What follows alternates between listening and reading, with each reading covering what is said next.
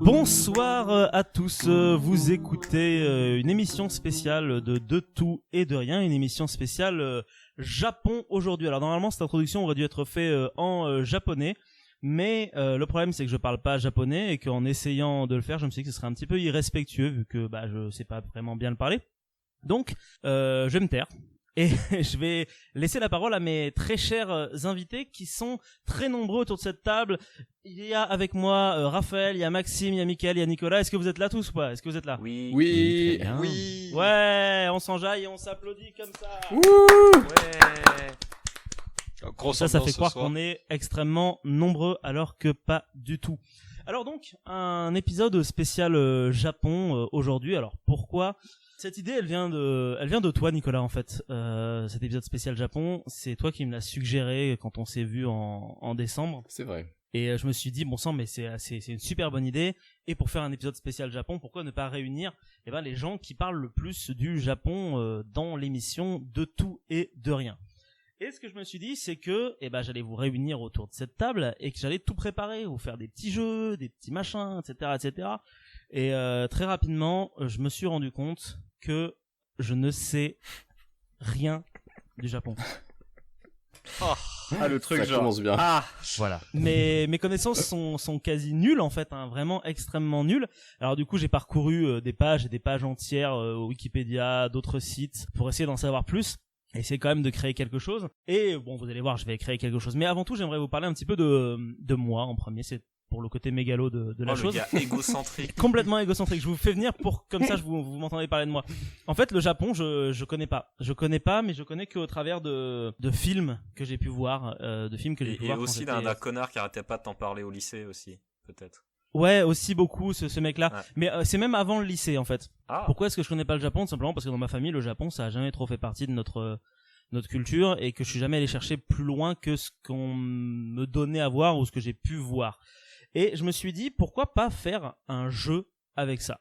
Le jeu mais quels sont donc bien les films que Marc a pu voir quand il était au collège qui parlent du Japon ? Oh putain. Oh là là.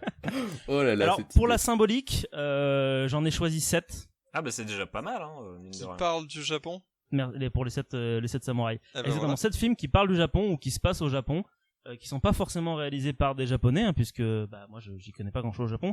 Dans ces 7 films, il y en aura 3 qui sont réalisés par des Japonais. Et le truc, c'est que vous allez essayer de deviner desquels il s'agit au travers juste de un indice en premier lieu. Et puis si vous y arrivez pas, je vous en donnerai d'autres. Ça marche. Vous êtes prêts ? Ouais. Allez. Allez, c'est parti. Le premier film, l'indice, c'est jaune. Ah, c'est Kill Bill. Kill Bill. Ah. Kill Bill, ouais, bien joué. Mais excuse-moi, mais effectivement, ouais, Kill Bill. non, c'est peut-être que moi qui a l'esprit totalement dégueulasse. Mais ouais. Ouais. T'as pensé à quoi, Max ? Hein? Non mais jaune pour parler des Japonais, enfin je sais pas quoi. Mais... Ouais, non, on Ah a oui, d'accord. Cette blague a été censurée par le CSA. C'est l'épisode trash. C'est quand même énorme parce qu'il J'ai dit... pas compris ce qu'il a dit. Mais non, mais en fait, tu dis, je vais vous parler de 7 films que j'ai vus quand j'étais du coup plus jeune Ouais. et tout, et que je connais rien du Japon, donc du coup, je vous donne un indice, le premier, c'est jaune. Ah merde, oui. mais voilà, moi je trouve ça drôle quoi, c'est tout. excusez-moi. Bonjour. Ah, je m'en étais pas rendu compte. Comme quoi, tu vois, c'est l'enfer est pavé de bonnes intentions. Oui. Donc ouais, Kill Bill, qui est un film réalisé par Quentin Tarantino, qui a été réalisé au début des années 2000. Presque tous les films datent de cette période-là, d'ailleurs, dans la liste Qui des à 7. part un katana a pas grand chose forcément de japonais. Dans le 2 Ah, plus. Tout le film se passe au Oui, Japon, bon, en fait. Japon. Ça se Tout le passe au film se passe au Japon. Dans le deuxième, oui, mais pas dans le 1. Ah non, l'inverse. C'est le 1 qui se passe au Japon et Ouais. c'est le 2 qui se passe aux US. Ah, autant Tout à fait. pour moi, oui, pardon. Et d'ailleurs, il y a beaucoup. Et en fait, ouais, Kill Bill, c'est un film que j'ai vu, que j'ai dû voir, je crois, avec mon frère et quelques-uns de ses potes. Et du coup, ouais, voilà, c'est vraiment, il y a des yakuza, il y a des sabres, ils se castanent la gueule, ils parlent japonais, et t'as une esthétique un peu manga de temps en Ah, temps. puis il y a l'esprit shonen aussi, parce qu'il y a les entraînements. Il y a Bruce Lee surtout. Exactement, Dire, exactement. toute l'esthétique Bruce Lee y est. Et quoi. la musique aussi, l'ambiance. C'est vrai qu'on a une forte influence japonaise. Bah, il y a aussi, voilà, pas mal d'acteurs et cascadeurs connus au Japon aussi. Ils sont déjà Tu sens partis. que ça t'échappe. Mais non, mais c'est le but, c'est que ça Oui. m'échappe. Mais oui, donc du coup, Kill Bill. Bah bien joué pour avoir trouvé, c'est un classique, c'est efficace. L'autre film que je vais vous faire deviner, l'indice que j'ai choisi à l'instant, c'est Il. Battle Royale. Ah, Battle Royale. Ça aurait pu être Battle Royale, c'est vrai. Pearl Mais Harbor. Non, pas par l'arbre. Iwo Jima. Oui, Iwo oui. Jima. Oui, les lettres Ah, d'Iwo Lettres Jima, d'Iwo bien Jima, joué ouais. Nico, exactement. Les lettres d'Iwo Jima qui est un film qui est réalisé par Clint Eastwood. C'est d'abord un livre. Ouais, très touchant ce film. Les deux films sont très cool. Très ouais. touchant, très bon film qui est en parallèle d'un autre film qu'il a lui-même La réalisé. mémoire de nos pères. Les mémoires de nos pères, exactement. Donc voilà, donc déjà on est sur deux films réalisés par des Américains qui ont un point de vue sur le Japon, donc voilà. Donc ça remonte toute la... Mais justement, qui est pas manichéen là-dessus. Oui, exactement. Et qui parle d'une période du Japon qui est quand même extrêmement intéressante, à savoir celle de la seconde guerre mondiale. Et finalement, qu'on connaît assez peu le point de vue japonais sur cette période-là. quoi. De souvenir, le livre en question, on me l'avait fait lire au lycée ou au collège, et c'était un fils et sa mère qui échangeaient justement à travers des lettres. Ok. Et c'est tout le, en fait, c'est une suite d'échanges épistolaires, quoi, qui a fait le livre, quoi, regroupé en un livre. Donc du coup, le film suivant, c'est comme indice, mais du coup vous allez trouver très rapidement PUBG. La Battle Royale. Battle Royale, Battle exactement. Royale, Ouais. ouais. Battle Royale, qui est un film qui est, qui parle, sans qui on n'aurait pas de jeu de Battle Royale de nos jours, au final, je pense. Donc. Non, c'est sûr, ça s'appellerait autrement, mais le principe, c'est pas lui qui l'a inventé non plus. C'est vrai, du coup, alors d'où vient le principe alors? Je saurais pas te dire, mais c'est un principe vieux comme le monde. Hein. Je veux dire, les jeux télévisés à la con, il y a des gens qui s'entretuent jusqu'à ce qu'il en reste qu'un. Tu dois Tu bien peux pouvoir aller plus trouver loin, plein tu peux de... Tu peux retrouver plus loin. Bah, jusqu'au jeu du cirque. Bah, finalement. ouais, voilà, c'est ça, Les jeux du cirque, c'est, c'est pour de faux, les jeux du cirque. Donc. Non, pas forcément. Mm. Tu mets 10 gladiateurs, il en reste qu'un seul. Ouais, mais la plupart du Mm. temps, c'est des acteurs, les gars. C'est comme du catch. Non, mais oui, tu dis la plupart du temps, mais Oui, je dis la juste que le plupart- principe, oui. il devait exister bien avant, c'est tout. Oui, peut-être une image un peu fantaisiste ou fantasmée des jeux du cirque. Oui, après le concept contemporain de la Battle Royale, effectivement, il vient du Japon. Ah. Oui. Je pense. Ouais. Je pense qu'effectivement ça vient de là parce Bah, sachant que qu'ils aiment il a- bien le principe. Hein. Voilà, c'est ça. Mm. C'est qu'en fait c'est quelque chose qui est aussi ancré dans la culture. C'est ancré dans leur culture en fait, la Battle Royale, et que ça a été transcrit d'abord en. Si je dis pas de conneries, je crois que c'est d'abord un livre avant d'être Oui, un manga. c'est un livre, effectivement, Ah. c'est livre, manga, et ensuite... Quoique, C'est ça, c'est livre, film et manga. manga, je crois qu'ils sont sortis pas longtemps. Exact. Exact. Ouais. Mais D'accord. ouais, Mais c'est le déjà livre, un c'est livre. sûr. À l'origine, c'est un roman C'est ça. que j'ai plus malheureusement. Tu l'as lu, Il est Mika, resté toi, chez du coup moi. Que j'ai lu, ouais. C'est par là que j'ai commencé d'ailleurs. Après, j'ai vu les films. Enfin, le film, parce que j'ai pas eu la foi d'aller voir le 2. Personne, Mais je oui, pense. j'ai beaucoup aimé alors, très nanardesque pour un point de vue européen, parce que il y a beaucoup de choses qui sont très étonnantes par rapport à un point de vue occidental. Ouais. Mais qui en fait dans le point de vue, un point de vue oriental, enfin d'un point de vue japonais, ou tout simplement un point de vue d'esthétique, colle totalement avec l'œuvre. Voilà. Je peux pas en dire plus, allez voir ce film, vous allez voir, c'est vraiment une aventure humaine. Hein. Ouais. Mais après, Et finalement, lisez les mangas aussi. le décalage vient plus du jeu japonais auquel on Exactement, n'est pas ouais. habitué, quoi. Ouais, c'est ça. Il y a des acteurs qui sont vraiment incroyables de performance. Bah, et puis il y en a Takeshi d'autres Kitano, très hein, difficiles. déjà. Ouais, c'est ça. Ouais. Qui joue le professeur complètement perturbé, quoi. Ouais. Qui est pas, Ouais. il n'est pas censé être un professeur, d'ailleurs. Mais... Non, ici, non. Enfin, non. Mais c'est pas vraiment une société sympa, donc. Non. Mais c'est marrant C'est comme pas- justement le principe a été repris vraiment à toutes les sauces chez les japonais. D'ailleurs, on peut y voir aussi le fait que la pléthore finalement dans les shonen japonais d'arc tournoi, qui finalement c'est Ouais. un battle royale ni plus ni moins, c'est que faut qu'il en reste qu'un à la fin, quoi. Oui, c'est vrai. Parce qu'il y a c'est pas pour ça, aussi mais ce côté-là. ça date d'avant, hein. Ça Mhm. date bien d'avant. Je veux dire, quand tu regardes même des vieux mangas, les tournois ont toujours existé, et en fait, c'est ce qui fait même l'essence du shonen de Dragon Ball, qui date des années 80. C'est devenir le meilleur. C'est de devenir le meilleur, et c'est à la base un tournoi, quoi. Et je crois que, si je dis pas de conneries, Battle Royale c'est après. Donc les tournois, ça a toujours été l'esprit shonen, l'esprit on doit se battre pour être le meilleur, et les Battle Bah, Royale. l'ultra compétitivité au Japon, ça a toujours été le cas. Hein. Je veux dire, Oui, c'est pas très nouveau. même à l'école, je veux dire, il y a un classement de tes notes, il y a un classement dans ta classe, il y a un classement dans tout et rien, quoi. Le but, c'est d'être meilleur que les autres, à tout prix, tout le temps. C'est vraiment quelque chose. Comment ça, t'as un classement, Marc? Non, bref, du coup, merci pour votre point de vue. Je crois que Nico, tu voulais dire un truc. Je t'ai entendu, j'ai vu ton truc clignoter, je t'ai pas entendu. Non, je sais pas. Alors, mon micro est assez sensible et il y a mes voisins qui passent l'aspirateur Ah, en haut, d'accord, donc ok. c'était peut-être eux qui voulaient faire Tu voulais passer faire un passer message. D'accord, ok, super. On n'est pas Je d'accord. monte, je vais aller les voir. On les C'est remercie. de la merde. On va passer au film suivant. L'indice, vous allez voir, c'est un indice qui est pas facile. C'est voiture. Le transporteur. Non, pas le transporteur. Tokyo Fast Drift. and Furious Fast Tokyo and Drift. Furious, Voilà. Tokyo Drift. Exactement. Putain de merde. Wow. Exactement, Tokyo Drift. Donc voilà, ça c'est voilà, bah en vrai tout à l'heure en cherchant des films sur le Japon, c'est venu direct, hein, j'ai pensé à Bah, Tokyo Drift. oui, parce que le pire, c'est que c'est un film qui présente le Japon comme le Japon devrait finalement être présenté au final, parce que c'est un film qui est très japonais dans l'âme. C'est vrai ça. J'ai jamais vu. Peut pas dire, hein, pas vu. Jamais vu. Est-ce qu'on est les tu l'as vu toi Raph ou pas? Oui, je l'ai vu. Non, mais oui, bah, je crois dois être que- le seul connard qui l'ait vu tout en connaissant le Japon, mais non, le film, il est tourné, il est joué avec des acteurs, bon, il y en a aussi des Coréens, donc ça, c'est un peu le bordel, mais globalement, il est fait et construit comme il pourrait l'être un film japonais, quoi. D'accord. Après, c'est juste qu'ils mettent le décalage avec justement, c'est un espèce de mix. Oui, c'est le classique du héros américain qui débarque dans une société qu'il connaît pas quoi.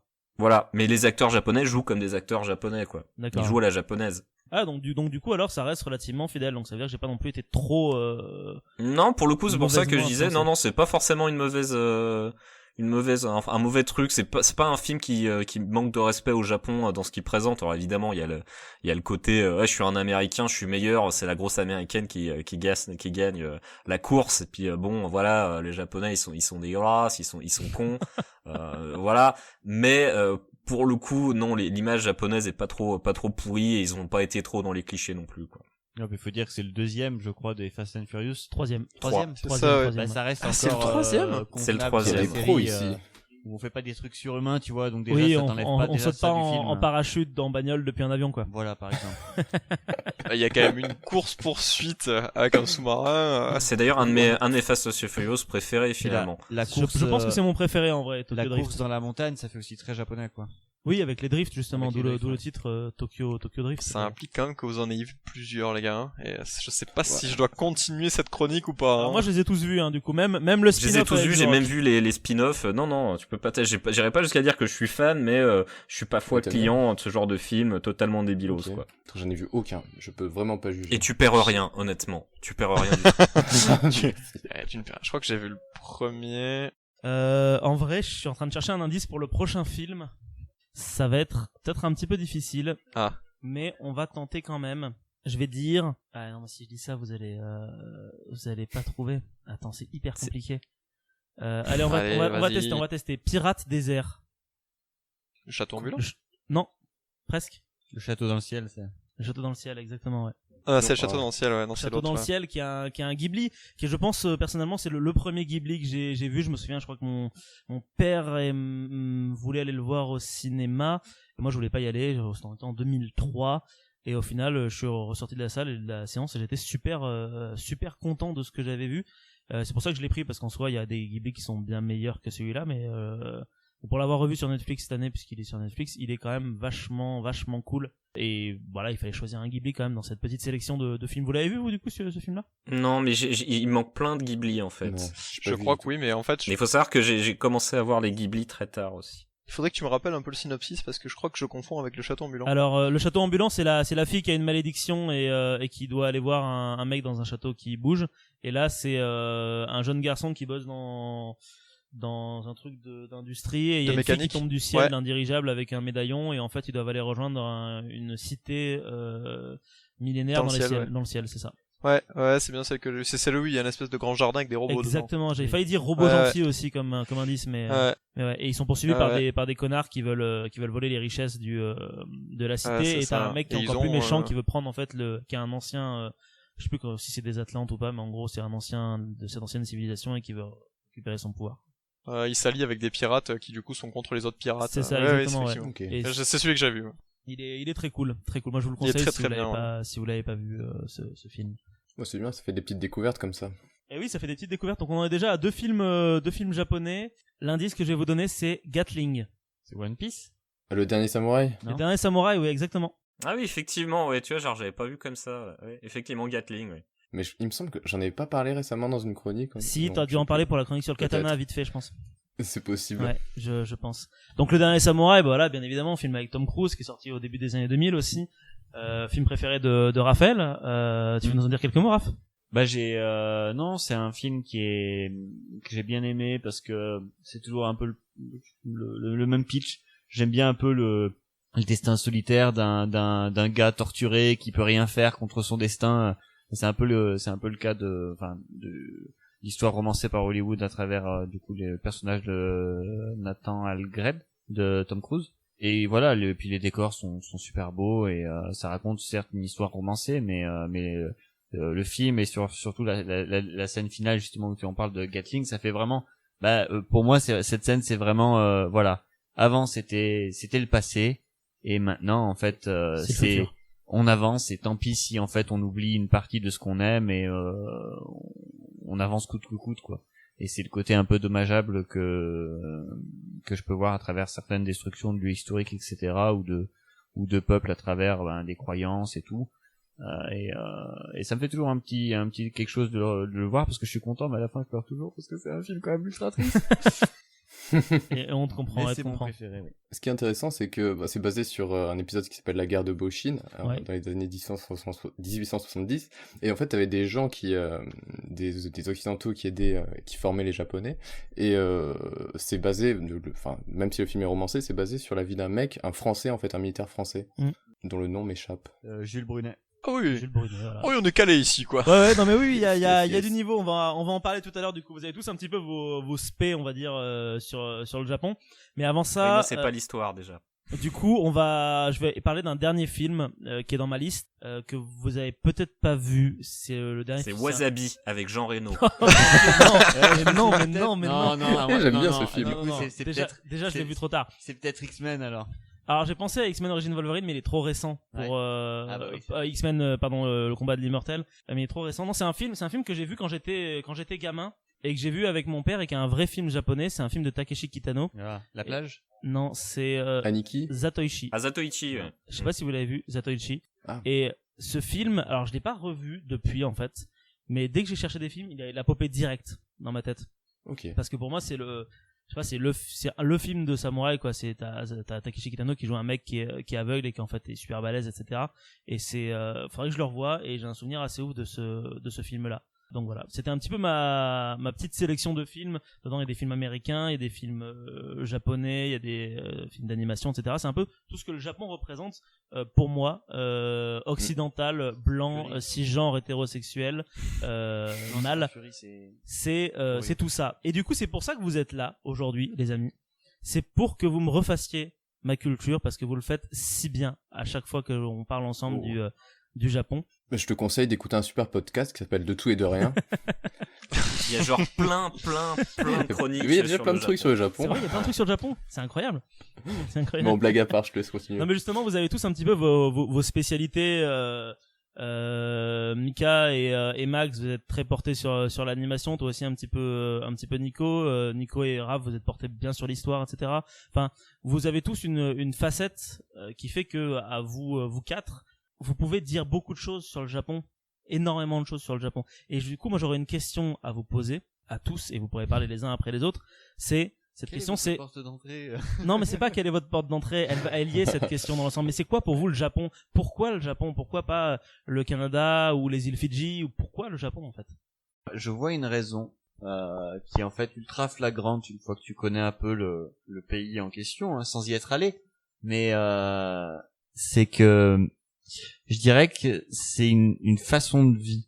C'est-à-dire que quelque chose qu'on n'a pas l'habitude de faire nous parce que c'est pas dans nos habitudes, mais en fait là-bas et surtout pour les Japonais en fait ils vivent dans leur temps mais aussi dans le passé, c'est-à-dire qu'ils ont su à la fois allier leur passé et le présent à travers des coutumes, à travers leur lien social, à travers aussi une exportation aussi de leur culture et une appropriation d'autres cultures, hein, qui fait que c'est un peu un melting pot de tout et des personnes qui ont su effectivement allier ça alors que c'est pas facile. Il y a beaucoup de sociétés qui ont renié leur passé pour pouvoir rattraper parfois un potentiel retard qui soit technologique ou social, culturel. Et franchement, c'est ça qui me saute le plus aux yeux quand je dois personnellement répondre à cette question. D'accord. Ouais, je suis Mika, ouais. assez du même avis dans le sens où si tu vois, si par exemple tu compares avec une culture qui est quand même assez proche d'eux, en tout cas géographiquement, c'est la culture américaine, Ouais. où les Américains ont quand même très tendance à poser leurs gros sabots sur la culture des autres et en fait à essayer d'imposer la leur sans vraiment chercher à essayer de la comprendre, ce que ne font pas les Japonais et surtout ne fait pas la culture japonaise, dans le sens où ils arrivent à se préserver et à garder une part de ce qui fait que ce sont des Japonais et qu'on peut les reconnaître en tant que tels. Et c'est vrai que c'est assez comment dire, c'est assez frais au final, parce que quand tu vois dans le monde dans lequel on vit, qui va toujours de plus en plus vite et où tout est de plus en plus normalisé, ils arrivent quand même à garder leurs préceptes, en fait leur respect, ce qui fait qu'ils sont eux. Alors bien entendu ils s'adaptent, hein, et eux aussi la mondialisation les touche, bien entendu, mais quand même ils arrivent à garder ce côté très traditionnaliste, très traditionnel, que certaines cultures ont pas forcément perdu, mais juste essaient d'abandonner au profit de la modernité. Et je trouve que ça c'est très rafraîchissant en tant qu'occidental qui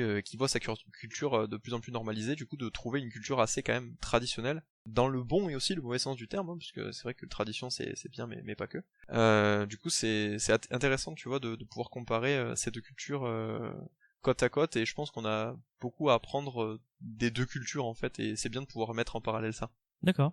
Max, Nico, vous êtes d'accord avec cette idée-là? Alors oui, alors pardon. Vas-y, je te laisse. Vas-y, Max. Bah, faudra bien qu'on y aille à un moment ou un autre, dans tous les cas. Mais c'est vrai que le Japon, il y a un côté beaucoup sur l'exotisme, sur la différence avec nous, les histoires qu'on a l'habitude de voir et les cultures qu'on a l'habitude du coup, de côtoyer.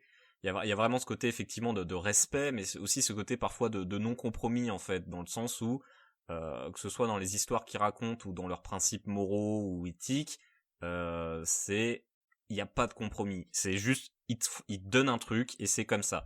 Effectivement, la notion de respect de leur passé et autres, c'est quelque chose d'important dans leur culture. Mais il y a aussi effectivement le passé, enfin le côté, comme je disais, un peu de non-compromis, de dire ça c'est à nous quoi. C'est pas à quelqu'un d'autre, c'est pas une autre culture. Nous c'est à nous ça. Donc soit tu l'aimes, soit tu te barres quoi. C'est Sarkozy, quoi. Et ça donne un peu ce côté justement où ça va pas par quatre chemins et ça propose quelque chose du coup qui est très différent effectivement. Pareil dans leurs histoires, c'est très rarement manichéen, hein, les méchants, ils sont pas juste gros je suis méchant, c'est tout de suite plus compliqué, c'est plus nuancé, c'est des choses qui sont mieux écrites et qui viennent aussi vraiment d'une histoire de la création artistique qui est très longue et qui permet pour eux justement d'un peu se sortir d'une société qui a beaucoup de tabous, qui a beaucoup de règles, beaucoup de limites sur plein de choses. Et du coup, c'est ça qui leur permet justement d'aller chercher des histoires loin, d'aller chercher vraiment des principes d'histoire loin. Et c'est ça vraiment, c'est ce côté, on va aller plus loin, on va raconter une histoire, on va essayer de faire quelque chose qu'on n'a pas encore vu. Et vraiment, c'est ça qui m'intéresse beaucoup avec les histoires qui sont racontées dans les mangas ou jeux vidéo ou autres. C'est vraiment ce côté, j'ai une idée artistique et on va aller au bout, quoi. D'accord. Et toi, du coup, Nico? Alors moi, comment je suis rentré un petit peu dans tout ça, j'ai l'impression que ça fait un peu secte, mais c'est vrai que ça s'est fait tout en douceur.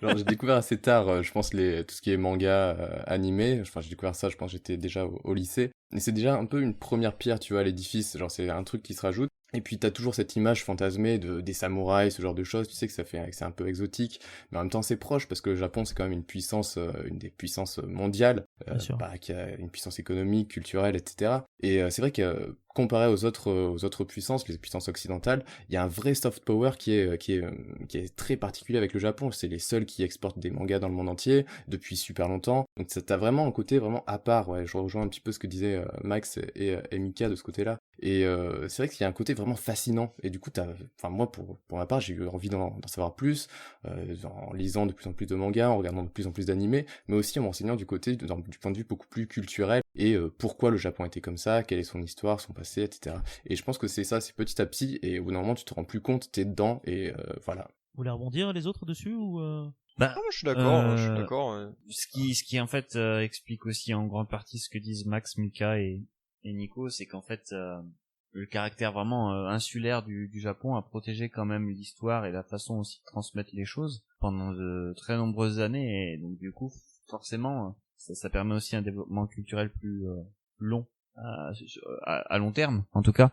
C'est vrai que du coup, comme ils ont une culture qui est restée la même, du coup, ils ont une culture qui est vachement forte et surtout vachement différente de celle qu'on a. Parce qu'effectivement, ils ont pas du tout été touchés par les mêmes choses, comme pouvaient l'être plein d'autres cultures de par le monde via la mondialisation, via la colonisation et via plein d'autres choses. Eux, c'est vrai qu'ils sont restés dans leur coin pendant très très long moment, ce qui fait qu'ils sont vraiment, c'est un statut particulier. Puis le côté insulaire renforce les cultures locales. Le fait aussi que le Japon soit parmi les grandes puissances depuis aussi, quand même, si on compare par exemple aux États-Unis, ils sont depuis presque aussi longtemps au rang un peu des grandes puissances mondiales. Enfin, quand je repense par exemple au début du XXe siècle ou à la fin du XIXe, ils ont su très rapidement s'industrialiser et se moderniser, et du coup ils ont suivi cette mouvance même après la Seconde Guerre mondiale lors de la reconstruction. Bah écoutez, c'est hyper complet, hein. Je m'attendais à ce genre de choses. C'est marrant parce que vous avez répondu à une question que je voulais vous poser après. Donc on peut embrayer là-dessus parce qu'à un moment donné je voulais vous poser la question de l'idée du Japon qui est entre modernité et tradition, mais vous avez déjà commencé un petit peu. Cette phrase elle m'emmerde. Ouais, je l'ai choisi pour toi, Maxime, en fait. C'est un peu cliché. Non mais ça a beau être vrai, c'est chiant quand trouver autre chose, je sais pas. Bah allez-y, trouvez du coup alors. En vrai, c'est vrai que c'est dur de trouver une alternative. Tu parlais de clivage. Ah, clivage, du coup, un clivage. Ouais, c'est à la limite, c'est deux types de sociétés qui sont très clivantes, parce que nécessairement quand tu même quand nous on regarde, quand on travaille, etc., on voit très bien que le geste d'aujourd'hui il sera forcément beaucoup plus rapide, beaucoup plus perfectionné, beaucoup plus sûr que le geste d'hier, mais les deux peuvent très bien s'allier, hein, dans beaucoup de thématiques. Tu regardes surtout ce qui intéresse beaucoup les gens et pourquoi ils vont au Japon, c'est surtout pour le tourisme. Et ben forcément, tu vas beaucoup plus avoir du tourisme du passé que du présent. Et encore, tu me diras quand même avec tout ce qui est aspect effectivement de le multimédia japonais, avec toutes les grandes marques qu'on connaît et qu'on attache plus ou moins de loin en Asie, alors que finalement bon nombre sont au Japon. On peut en citer même une dizaine, hein, il y a aucun problème. Les marques de multimédia au Japon, il y en a énormément. Moi, je trouve que c'est intéressant de se dire que c'est plus une force, et en fait, ils ont su jouer avec leur monde. Comment est-ce que effectivement ils pouvaient rentrer dans la mondialisation, et puis quand tu regardes ce qu'ils ont fait, c'est quand même quelque chose d'assez impressionnant, parce que tu peux pas compter énormément le nombre de cultures, de pays qui ont su s'imposer partout dans le monde. Ouais. Il y a une spécificité dans les pays qui ont su s'imposer. On peut parler de la France comme on peut parler du pays de la culture ou de la romance. Enfin, j'extrapole, hein. Mais ouais. Du côté du Japon, moi ce que je retiens surtout, c'est de l'art qui est visuel. C'est D'accord. tout ce qui est c'est ce qu'il y a avant les mangas, il y avait beaucoup de choses, hein. Il y a les ukiyo-e, comme on dit, les estampes, il y a eu beaucoup de choses qui ont été faites avant. Est-ce que c'est pas tout ce qui a été importé, parce que si je dis pas de bêtises, au 19e siècle, t'as le mouvement de japonisation en France. Le japonisme. Le japonisme, c'est ça, pardon. Merci Nico. Au final, c'est ce que nous, en Occident, on chope, mais ils ont plein de choses aussi. Les Japonais, ils ont de la musique, ils ont des religions, etc. Tout ça, ça s'exporte pas. C'est vraiment que leur art visuel qui s'exporte. Après, et pourquoi, du coup? Quand tu dis le japonisme, c'était pas uniquement le Japon. C'est ce qui caractérisait tout ce qui revenait toute l'Asie. Le japonisme, c'était un grand bain, c'était pas... Non, t'as les chinoiseries qui datent d'avant, ouais. Mais vraiment, je crois que c'est fin 19e, début 20e, t'as vraiment la période japonisme, ouais, c'est ça, ouais. Où t'as des artistes qui s'inspirent. Une grande collaboration culturelle, enfin peut-être pas une collaboration, mais une influence culturelle entre des artistes français qui vont au Japon et qui ramènent des techniques, qui s'inspirent du Japon. Du coup, à Paris, on vit un peu japonais. Enfin, il y a vraiment un lien fort culturel entre la France et le Japon, surtout au début du 20e. Et c'est dingue de se dire que ce lien, on l'a pas perdu. Ce qui est d'ailleurs marrant, c'est que à l'époque, l'une des grosses exportations artistiques entre guillemets du Japon, c'était des estampes, images et dessins érotiques ou pornographiques. C'est vrai ? Ouais, tout à fait, c'est clair. Putain, sérieux ? Voilà. Et sachant que ça a été vraiment une énorme exportation, et finalement les plus gros consommateurs, c'était pas les Japonais, c'était les Européens, les Occidentaux. Dont des femmes qui étaient représentées comme se débattant avec des dieux, et des dieux qui avaient des tentacules, d'où un certain esprit qui a pu être réinterprété. C'est vraiment vrai ça, ou c'est du troll du coup Non, ça c'est vrai. Tout à fait vrai. Sachant que chose intéressante, Okusai, vous savez, on connaît tous cette fameuse vague, la vague, tout ça. Bah ouais, non, c'était un petit coquin, hein. C'était aussi un des grands lanceurs justement de cette mouvance d'estampes, dessins érotico, pornographico, zoophilo, dégueulasso. Ce qu'a donné les hentai en fait de nos jours, quoi, en fait, au final. Ah oui, ça fait totalement partie de cette période. Ouais. D'accord. D'ailleurs, je rebondis sur une chose, si vous aimez bien voir effectivement les différentes estampes, etc. Il y a eu une grosse récolte, un gros rassemblement d'estampes du voyage je me rappelle plus du nom de ce Suisse au Japon en 1865. Si tu tapes 1865 Suisse voyage Japon, tu trouveras forcément le nom du mec. Mais ça a été rassemblé sous une exposition du musée d'ethnographie de Neuchâtel qui s'appelle Imagine Japan, et c'est des très belles estampes qui ont été rassemblées, autant de samouraïs que de scènes de la vie quotidienne, ou même de scènes de cirque aussi japonais. Classe, merci pour l'information. C'est stylé. Raph. Eh ben merci messieurs du coup pour vos réponses à la question que je vous ai posée. Ce que je vous propose, c'est qu'on passe tout de suite à un petit quiz que j'ai prévu. Il y aura 2 quiz au cours de cette émission. Alors un quiz posé par quelqu'un qui n'y connaît rien. Donc... Exactement, c'est ça qui est vachement drôle. C'est que adore. en fait, ça peut être soit très difficile, soit très facile. Parce que le truc, c'est que comme j'y connais rien, j'ai pris les informations qui viennent comme ça. De Wikipédia. Exactement, qui viennent Ouais, de Wiki, Wikipédia. notre ami Wiki. Alors, Tout à le fait. Japon est également appelé le pays du soleil. Allez, Couchant. allez. Alors effectivement, on va commencer par un quiz géographie. Vous êtes prêts? Ah. Ok. Alors j'ai les yeux en direct sur le Discord, donc je verrai qui s'allume en premier. Alors, quelles sont les 5 principales îles du Japon? Top. Oui, Raph. Alors, il y a Honshu, Oui. Hokkaido, Oui. Kyushu, Oui. Shikoku Oui. et Okinawa. Okinawa, bien joué. Juste par curiosité, vu que t'as l'air d'être super balèze, est-ce que t'es capable de me donner les superficies ou pas? Bah, t'as les... Oh. Non, t'as des trucs ou pas? T'as des... J'ai Tu les. peux me donner aussi le chef-lieu de chaque île et le nombre d'habitants, s'il te plaît. Et le dialecte, tu le connais le dialecte? Il a dit en fonction des degrés de difficulté. Moi, j'ai pris le plus facile, ensuite je vous le laisse. Est-ce que t'as le... Ah non, est-ce mais que moi t'as- ça je savais même pas. En géographie, je suis une tante. Alors, Non, mais si donc, tu donnes les dimensions, Alors, en gros, si tu donnes les dimensions, c'est très facile à c'est-à-dire calculer. les dimensions. Parce que la plus grande, c'est Honshu. Oui, la plus grande, c'est Honshu. Ouais. Ensuite, la Putain, il est plus fort. petite, c'est Okinawa. Oui. La deuxième plus petite, ça doit être Shikoku. Oui, putain, il est fort. La deuxième plus Ouais. grande, ça doit être Hokkaido. Oui, c'est Hokkaido. Et celle qui est au milieu, bah c'est du coup Kyushu. Kyushu, exactement. Alors, pour être plus précis. Ah, moi j'aurais hésité entre Kyushu et Hokkaido. Mais quoi. il est balèze, hein.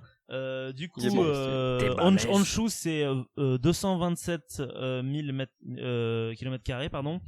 Hokkaido, c'est 79. Kyushu, c'est 36. Honshu, pardon, j'ai déjà dit Honshu. Merde, Kyushu, c'est non, Shikoku, c'est 18, j'arrive plus à parler. Et Okinawa, c'est 1207. Donc en fait, Marc, même avec le truc sous les yeux, il se trompe plus finalement. Raph, c'est ouf, hein. Que voilà. Raph qui fait on toute en est à ce il niveau. est super balèze. Alors, question suivante, qui est une question qui est facile aussi. Quel est le sommet le plus haut du Japon? Le mont Fuji. Fuji. Le mont Fuji. C'est Maxime qui l'a dit en premier. Maxime, t'es capable de me donner l'altitude à 100 mètres près? Je crois qu'il est à 3000, un truc comme ça. Ouais, un peu plus que 3000. Ouais. Mika, t'as une idée? T'avais répondu aussi derrière. Non, pas du tout. Moi je crois qu'il a 3180, un truc comme ça, même pas.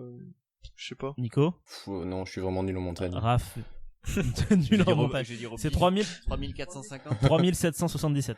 Ah, il est quand même il est plus près de 4000 que 3000. D'ailleurs, chose aussi à dire, c'est que parler de mont Fujiyama est une ignominie sans nom, ça veut rien dire. Parce que Yama, ça veut dire montagne, donc c'est soit Fujiyama, soit le mont Fuji. C'est pas mont Fujiyama.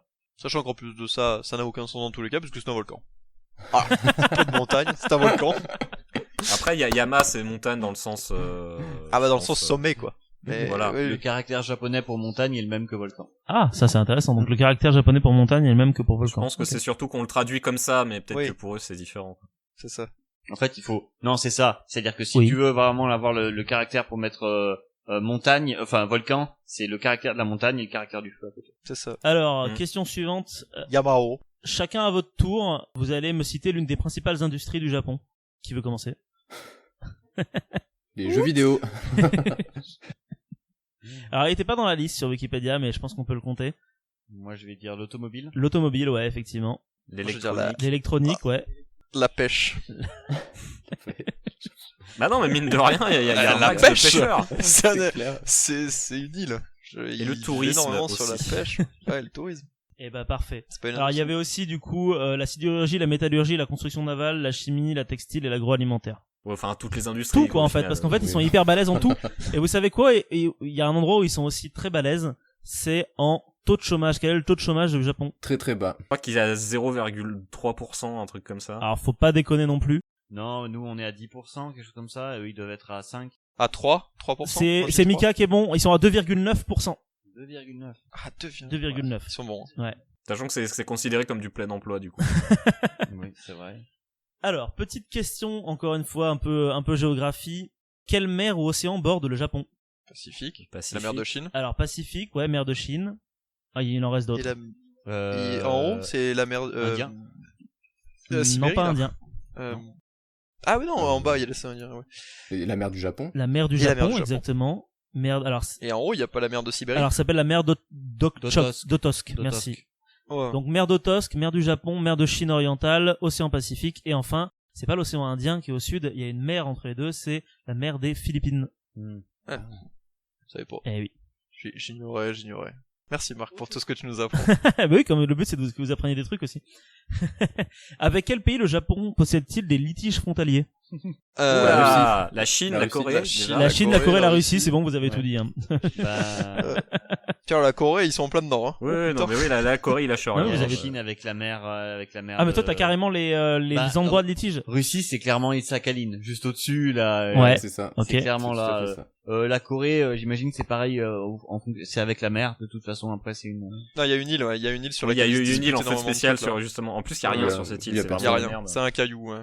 Attendez, allez-y. Il y a une île, c'est un caillou que la Corée et le Japon se disputent, c'est ça? Ah ouais, Ouais. il y a un caillou, il y a genre une ancienne prison désaffectée dessus, il y a absolument rien sur l'île, il y a rien, c'est pas du tout stratégique ou quoi, c'est juste que ils se la battent, ils se battent dessus, parce que, putain, en plus c'est un truc politique à la con, Bah, mais... Il me semble parce que justement c'était un camp assez vénère des Japonais où ils enfermaient des Coréens. Ah. un truc C'est du genre. ça, c'est ça, c'est ça. Et d'ailleurs, chose intéressante à dire d'un point de vue justement politico et même voire moral là-dessus, c'est que ça fait que quelques années où vraiment les Japonais et le gouvernement japonais a reconnu, et c'est même plus ou moins excusé, mais pas ouf non plus, Ouais. C'est pas des massacres coréens et je crois que chinois ils ont pas encore fait le pas, mais en tout cas ils sont excusés de ça parce qu'il y a eu vraiment des viols en masse quoi, globalement, littéralement, de la prostitution forcée d'enfants, tout ça, donc vraiment des gros trucs bien vénères, et ça fait seulement je crois 4-5 ans que le Japon a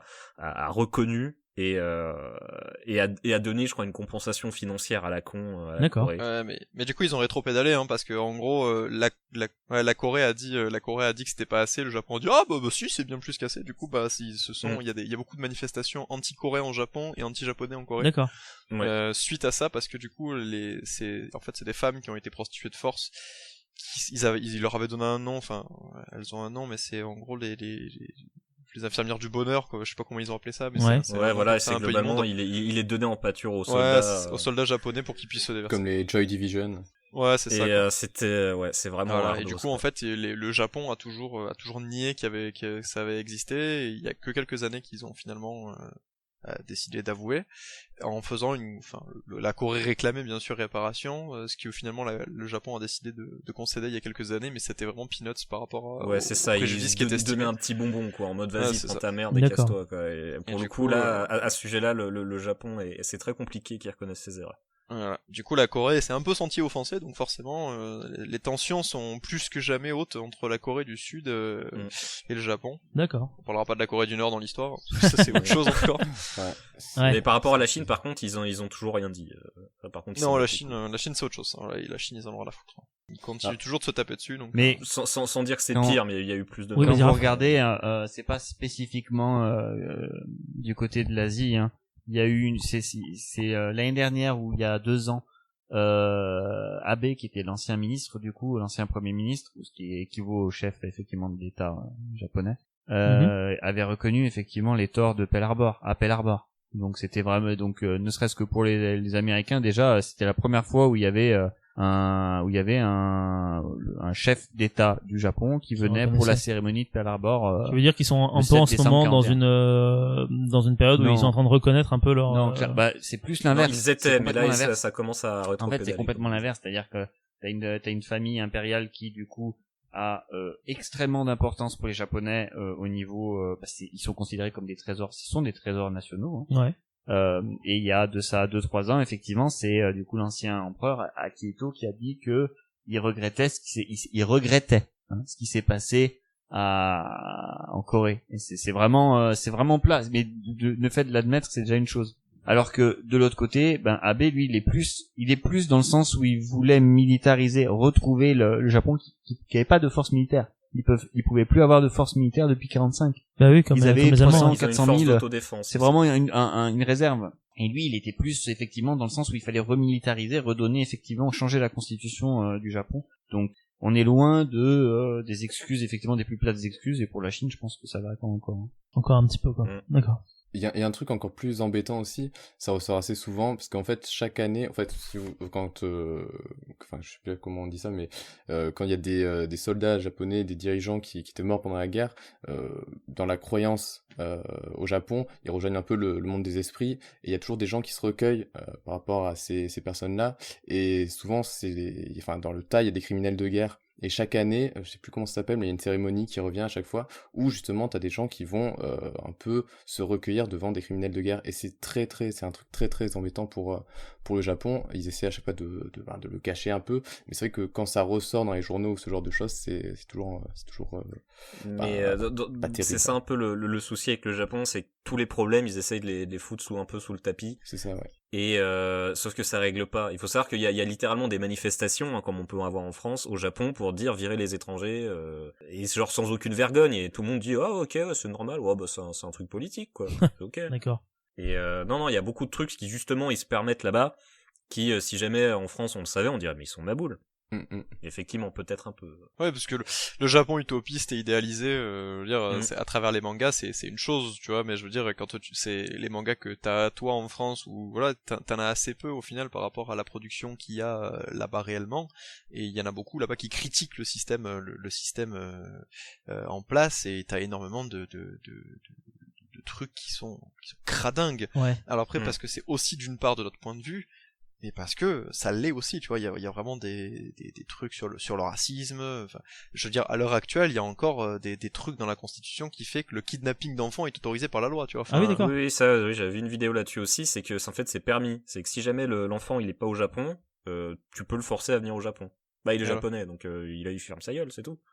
Il est au Japon. Okay. Donc bonne ambiance, quoi.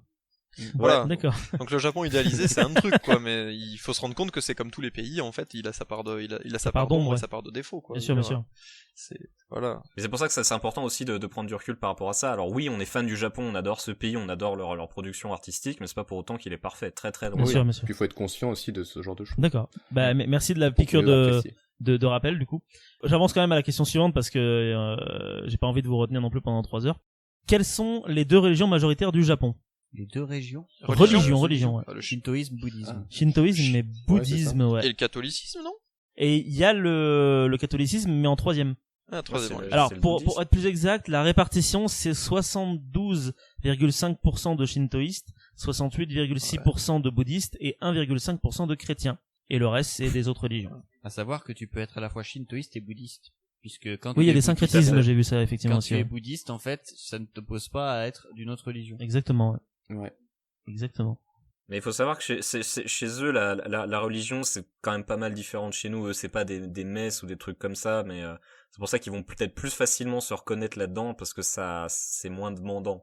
D'accord. Dans le sens, c'est pas genre tu dois être baptisé. C'est plus des philosophies, du coup. Tu dois faire ton catéchisme, tout ça, ou tu dois porter un signe ostentatoire ou quoi que ce soit. C'est plutôt tu vas au temple 2 fois par an et c'est ok, t'es shintoïste, t'es bouddhiste, quoi. Mais c'est surtout qu'en fait, c'est la conception de religion là-bas, c'est ça qui fait d'ailleurs partie de la religion en elle-même, que ce soit le Shinto ou le bouddhisme, c'est que ce sont des religions personnelles, en fait. C'est ta façon à toi de croire et d'appliquer, en fait, ce que tu veux. D'accord. Bien vouloir donner, en fait, tout simplement. C'est des préceptes, en fait, que tu décides d'appliquer ou non. Et en fait, c'est juste à toi de voir comment tu fais. Du coup, en fait, tu peux parfaitement, comme tu disais, être les deux sans que ça gêne l'un ou l'autre, puisque c'est juste des préceptes moraux et de foi personnels. Et à mon sens, je pense que vraiment c'est très peu appliqué dans le sens où si tu leur demandes s'ils croient à Dieu ou pas, je pense pas que tu as la réponse dépendre de la religion. Ouais. Non, et puis c'est trop ancré dans la tradition aussi, c'est vraiment quelque chose. C'est pour ça, ouais, c'est plus un truc culturel que vraiment religieux, à mon sens. Ouais, c'est ça, je pense. D'accord. Petite question suivante, quel est le sport national du Japon? Badminton? Le judo, j'imagine. Le baseball? Baseball? C'est le baseball, ouais. C'est le plus joué, ouais. C'est le Bien joué, bien joué. Pourquoi le baseball du coup alors, Max? L'Amérique, Oui, bah, c'est ça, tout simplement. C'est comme c'est un certain amiral américain qui a forcé les frontières, et comme les gars, les soldats, finalement, qu'on fait ça, bah, ils jouaient pas mal au baseball. Bah, du coup, c'est comme ça que c'est venu, et c'est l'un des premiers sports européens à avoir été là-dessus. Et comme c'est un sport qui ne demande pas forcément des capacités physiques hors du commun ou autres, bah du coup c'est un sport qui est très très utilisé. On joue beaucoup au softball, donc du coup avec une balle molle dès le collège, dès même la primaire, hein, limite. Et du coup c'est pour ça que de très très nombreux Japonais jouent au baseball. Et dans mon oreille, on me souffle que c'est vis-à-vis de MacArthur, c'est ça aussi du coup, plus précisément? C'est MacArthur. Oui, c'est MacArthur après la Seconde Guerre mondiale, quand effectivement, comme l'a dit Maxime, il y a installation des Américains, des Marines et puis des bases qui effectivement vont donner ce sport pour le Japon, comme nous on a eu le rock, etc. Enfin d'autres formes de effectivement de le fameux Zippo, etc. Comme on dit nous. Ouais, le fameux Zippo. C'est la culture américaine qui se répand, et puis ça passe aussi à travers le sport au Japon. D'accord. Question suivante. Qui est l'empereur du Japon? En ce moment? Oui, en ce moment, ouais. Putain, en plus j'y étais pour son investiture, je me rappelle plus. Oh là là. Il finit par To, puisque c'est le Ito, mais il finit par To, ouais. Ito même, non? Ito, ouais, même. Parce que il reste plus que les deux premières syllabes. Akihito, c'est son père, et donc du coup lui c'est Hirohito. Non, c'est pas Hirohito. Hirohito. Naruhito, oui, mais du coup je sais pas s'ils l'ont dit les autres. Vous l'aviez dit les autres ou pas? Ouais, bien sûr, ouais. Naruhito, d'accord, non, il l'avait pas. Ok. Naruhito, est-ce que tu sais quel est son numéro d'empereur? Quand même. Son numéro d'empereur. C'est lequel d'empereur? Par rapport à quoi? Par rapport à l'ère en question? Bah ouais, c'est numéro combien? Enfin non, l'ère c'est Bah par rapport à l'Empire du Japon, sachant que l'Empire du Japon commence au 19e. De souvenir, je crois que c'est pas un truc comme 500 et quelques, non? Non, c'est plus petit, beaucoup plus petit. Attends, il y a 2000 ans. Non, quand je dis l'Empire du Japon, c'est l'ère Meiji, du coup, le vrai Empire du Japon, Empire du Japon. La officiel avec la restauration première Meiji, constitution. c'est les années 70, 1870. Ouais, 1870, non, c'est le 126e empereur, sinon. 126e. Donc ça fait beaucoup, mais pas tant que ça, en fait, au final. Alors, dernière petite question, qui est un petit peu... Attends, Maxime, t'as dit un truc vachement intéressant, t'as dit, je l'ai vu, le palais de l'empereur, c'est ça? Oui, non, mais de loin. Ah, de loin, d'accord, ok. D'accord. Je crois que tu peux le visiter une fois tous les 6 mois, et c'est un truc super spécifique. Mais du coup, je l'ai vu de loin. J'ai été dans un énorme parc, et au milieu du parc, il y a la baraque de l'empereur. Tu peux entrevoir un bout de toit. D'accord, ok. Et c'est gigantesque, c'est vraiment c'est énorme. Mais d'ailleurs, le parc est très cool. Et c'est vraiment au milieu de la ville, et genre t'as toute la ville de Tokyo tout autour, c'est vraiment super. D'accord, nice. Alors petite question suivante qui est un petit peu étrange, mais qui est quand même relativement intéressante. C'est une question qui va être à choix multiples. Ouais, oui, c'est la dernière question du quiz géographie. Dans les classements annuels établis par Reporters sans frontières, en matière de liberté accordée à la presse, à quelle place est le Japon? Réponse A, 66. Réponse B, 11. Réponse C, 36. Réponse D, 2. Je dirais 11. J'aurais dit 66. Alors, Raph dit 66, Mika dit 11. Ouais, je dis comme Raph, moi je dis 66 pour aussi. Mika. Moi je dis 36. 36 pour Maxime. Et Nico, t'as dit combien? 11. 11. Eh ben, c'est 66. Ouais, ça m'étonne pas. C'est un pays qui est vachement secret. Sachant que le premier c'est la Norvège et que la France est 34e. Les premiers c'est que des pays scandinaves de toute façon, donc c'est Norvège, Suède, etc. Étonnant. Incroyable. Étonnant. Poutine, si tu nous regardes. Donc du coup, si tu nous voilà entends, un petit peu pour ne reconnais pas de voix s'il te plaît. Pour ce premier petit quiz version Japon. Version géographie, pardon. Excusez-moi, j'étais perdu dans mes pensées. Voilà, vous avez compris un petit peu comment ça va se passer l'émission. C'est en gros les questions servent surtout de prétexte à ce que vous parlez en fait de différents sujets qui vous viennent à l'esprit en fait. Hein, c'est surtout ça le principe. Oh bah ça fait 1 heure qu'on tourne, donc je pense que ça fait un moment qu'on avait compris. Bah ouais, non mais je réexplique quand même. Hein, voilà, d'ailleurs, pour parler justement de la liberté de la presse, parce qu'on en oui, vas-y Max du coup. Mais c'est vrai que du coup, je pense que c'est vraiment un truc culturel, c'est que on n'aime pas déranger au Japon. C'est-à-dire, on n'aime pas forcément poser des questions qui dérangent. Et ce qui veut dire que globalement, eux, ils préfèrent avoir un gros tas de merde enfoui qu'un gros tas de merde qui empêche le salon, même si au final ça va quand même empester, mais non, ils préfèrent le cacher jusqu'à temps que ça explose. J'ai une anecdote sur les tas de merde. Hein, Vas-y. Sur le Japon. Alors c'est assez rigolo parce que en fait au Japon je suis allé 2 fois. J'ai passé en 2017 j'ai passé 1 mois. Ouais. Et je suis retourné en 2019 j'ai passé 2 semaines. Et j'étais avec un pote, on avait loué une maison à Kyoto. Et en fait ce qui est assez drôle c'est que au Japon, il faut savoir que tout le monde trie ses poubelles, mais beaucoup plus qu'en France. Le tri, c'est vraiment intégré dans la culture.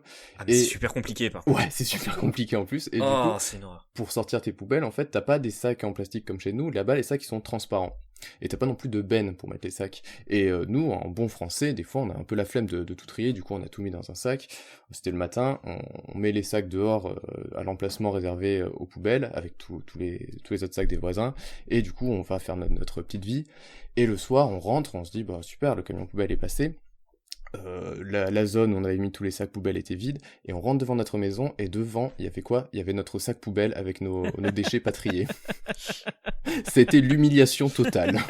Ouais, mais il faut savoir justement les déchets au Japon, c'est super compliqué dans le sens où tu dois pas les mettre en avance. C'est-à-dire si tu le mets la veille, ça marche pas, faut le mettre le matin même, Oui, ou en tout c'est cas ça, très tard le soir. C'est ça, t'as des horaires pour sortir chaque poubelle. Si jamais tu te gourres, il les ramasse pas. Vraiment, hein, ils t'emmerdent. Mais là, ils nous les avaient remis dans la maison. Mais c'était l'humiliation totale. Ouais, J'avais jamais connu ça.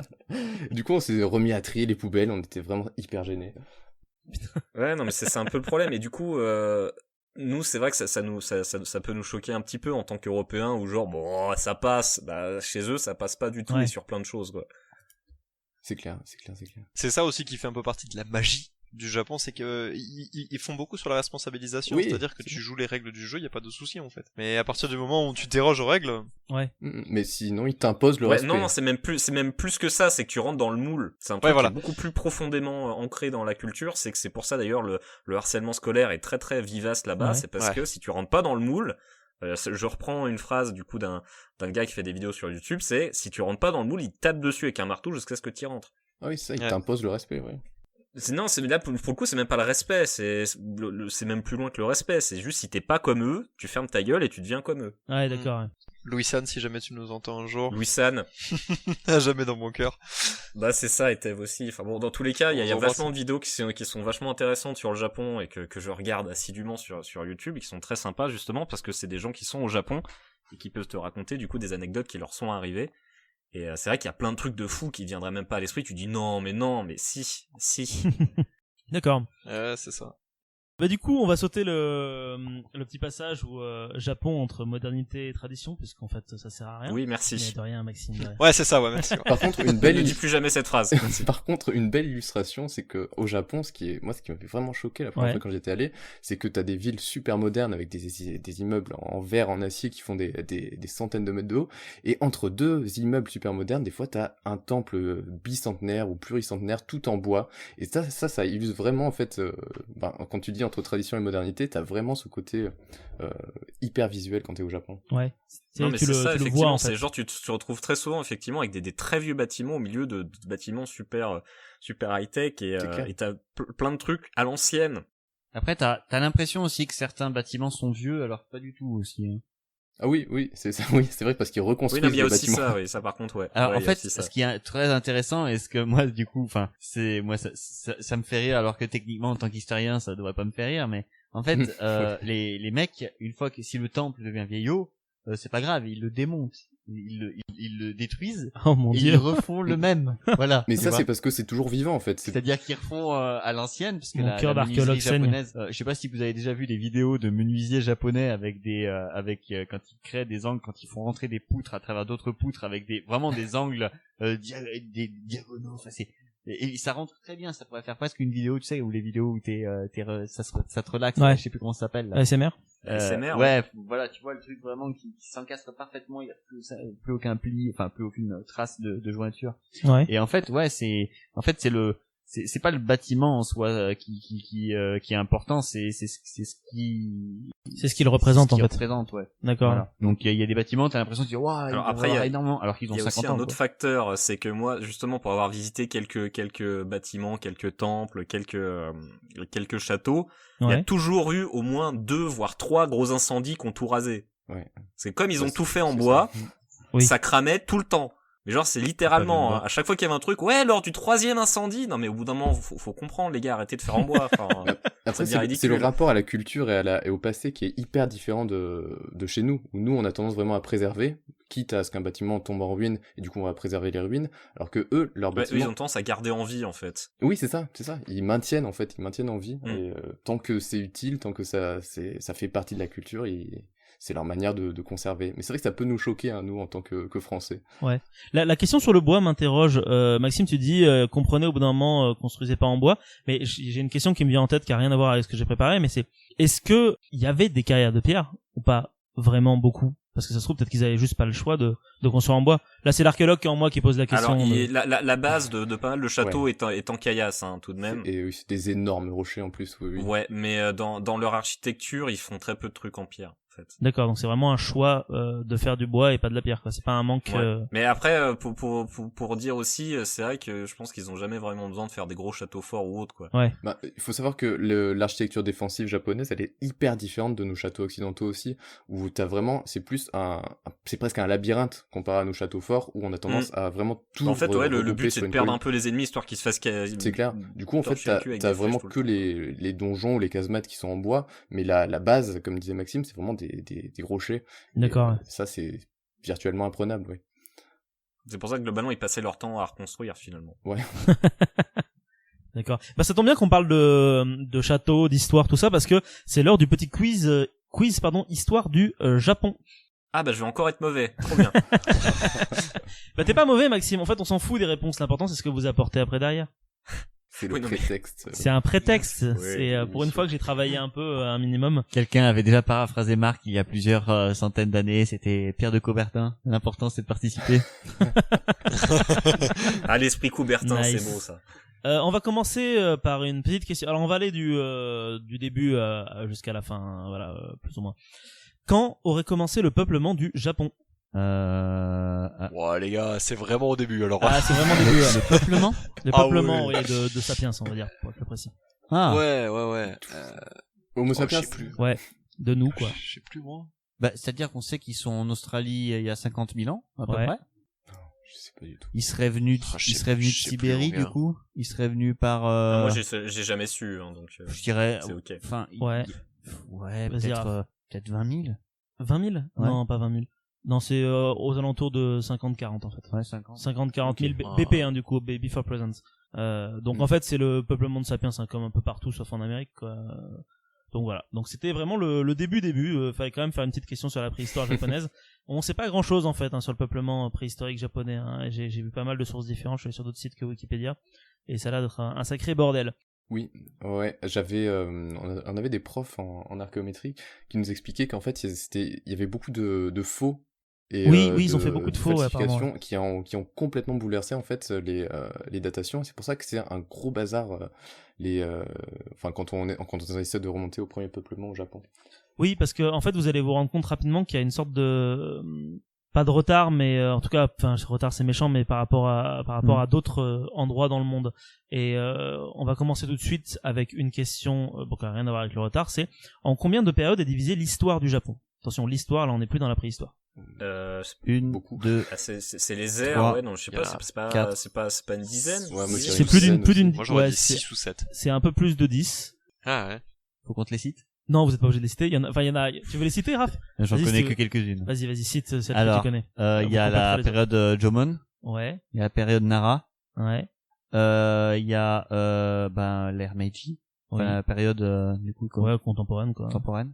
Il y a l'air Edo aussi. Il y a Edo, ouais. Momoyama, Il doit y avoir celle de Kamakura. Kyoto, de Kamakura. Kamakura, ouais. Je peux vous les retrouver. Écoutez, je les ai pas Mais- toutes notées parce que je pensais pas Y'a pas Shikaku? que vous. Oh, je sais plus, Oui. mon gars. Je les avais toutes vues à un moment donné. Il y a deux Putain. livres. Il y a l'air des waifus aussi. Il y a l'air des waifus c'est en ce moment. J'en là. profite pour j'en profite pendant que Marc les cherche. Il y a deux livres qui sont intéressants sur l'histoire du Japon qui retracent en mode le premier de la pas de la préhistoire mais de l'histoire vraiment antique du Japon jusqu'à en 1945 et l'autre de 1945 à nos jours. D'accord. Sur T'as les noms des livres ou Japonais. pas en tête? Histoire du Japon. Histoire du Japon. Histoire du Japon de 1945 à nos jours, et l'autre Histoire du Japon de je sais pas quoi jusqu'à 1945. Alors, ça va être compliqué à retenir. Hein. Alors du coup, ça y est, j'ai les périodes. Jomon, Ayoi, Yamato, Nara, Heian, Kamakura, Kemu, Muromachi, Azuchi, Momoyama, Essaye Edo, pas de faire un Meiji, accent. Là. Taisho, Showa, Eisai. Ah, il a Showa, oui, effectivement, il a l'air Showa. Voilà. Donc ils en ont 14. Nous, on en a 4. Voilà. Alors après, les deux dernières, Showa et Eisai, c'est parce que l'empereur, quand l'empereur meurt, ou l'empereur, bah du coup là c'est différent parce que le dernier a abdiqué, il est plus caractérisé par son nom d'empereur, mais par son nom d'ère qu'on choisit. Et donc du coup le dernier c'est Eisai, celui de Akihito, et celui d'avant, l'empereur Showa, ben c'est Hirohito. Donc du coup là c'est vraiment une période, un règne.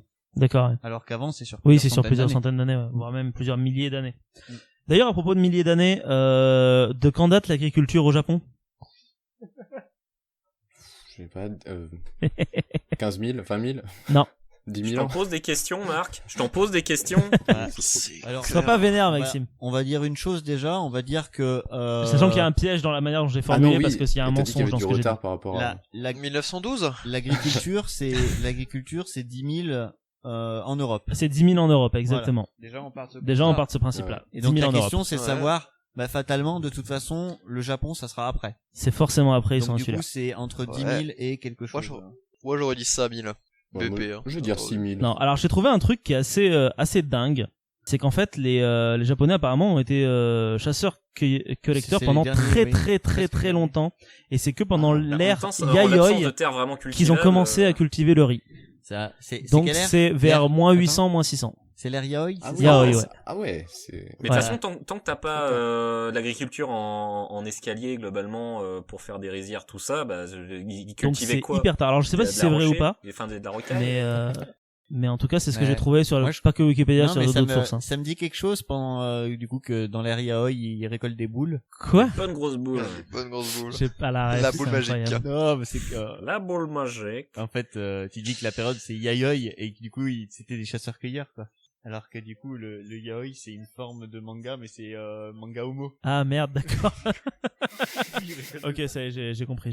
Mais de toute façon, c'est comme tout, je pense qu'ils ont été du côté de la Chine, ils ont vu "Oh putain, c'est quoi ce truc, des rizières Ouais, ça a l'air sympa. Tiens, on va faire pareil, c'est cool." Alors bien sûr, hein. Après avoir parlé d'agriculture, on va parler de quoi? On va parler d'écriture. Quand est-ce que l'écriture arrive au Japon?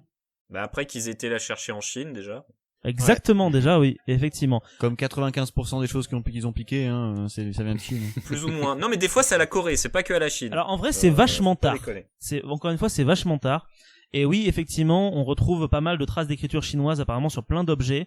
Et là, il y a un débat chez les archéologues, parce qu'il y en a pas mal qui pensent, en fait, que les objets en question avec des écritures chinoises ne seraient pas compris comme étant de l'écriture pour les peuplades japonaises, mais juste comme de la décoration. Pour eux, l'arrivée de l'écriture ne se ferait que vers le 5e siècle, à l'ère de l'Azuka en fait du coup, donc vachement tard. De notre ère, ouais. Oh. Ce qui est le plus impressionnant, c'est que malgré leur retard, sans parler forcément technologique là-dessus, pendant un moment, ils sont quand même vachement vite rattrapés. Ah bah ils ont fait un bon putain. Ouais, bah j'avoue.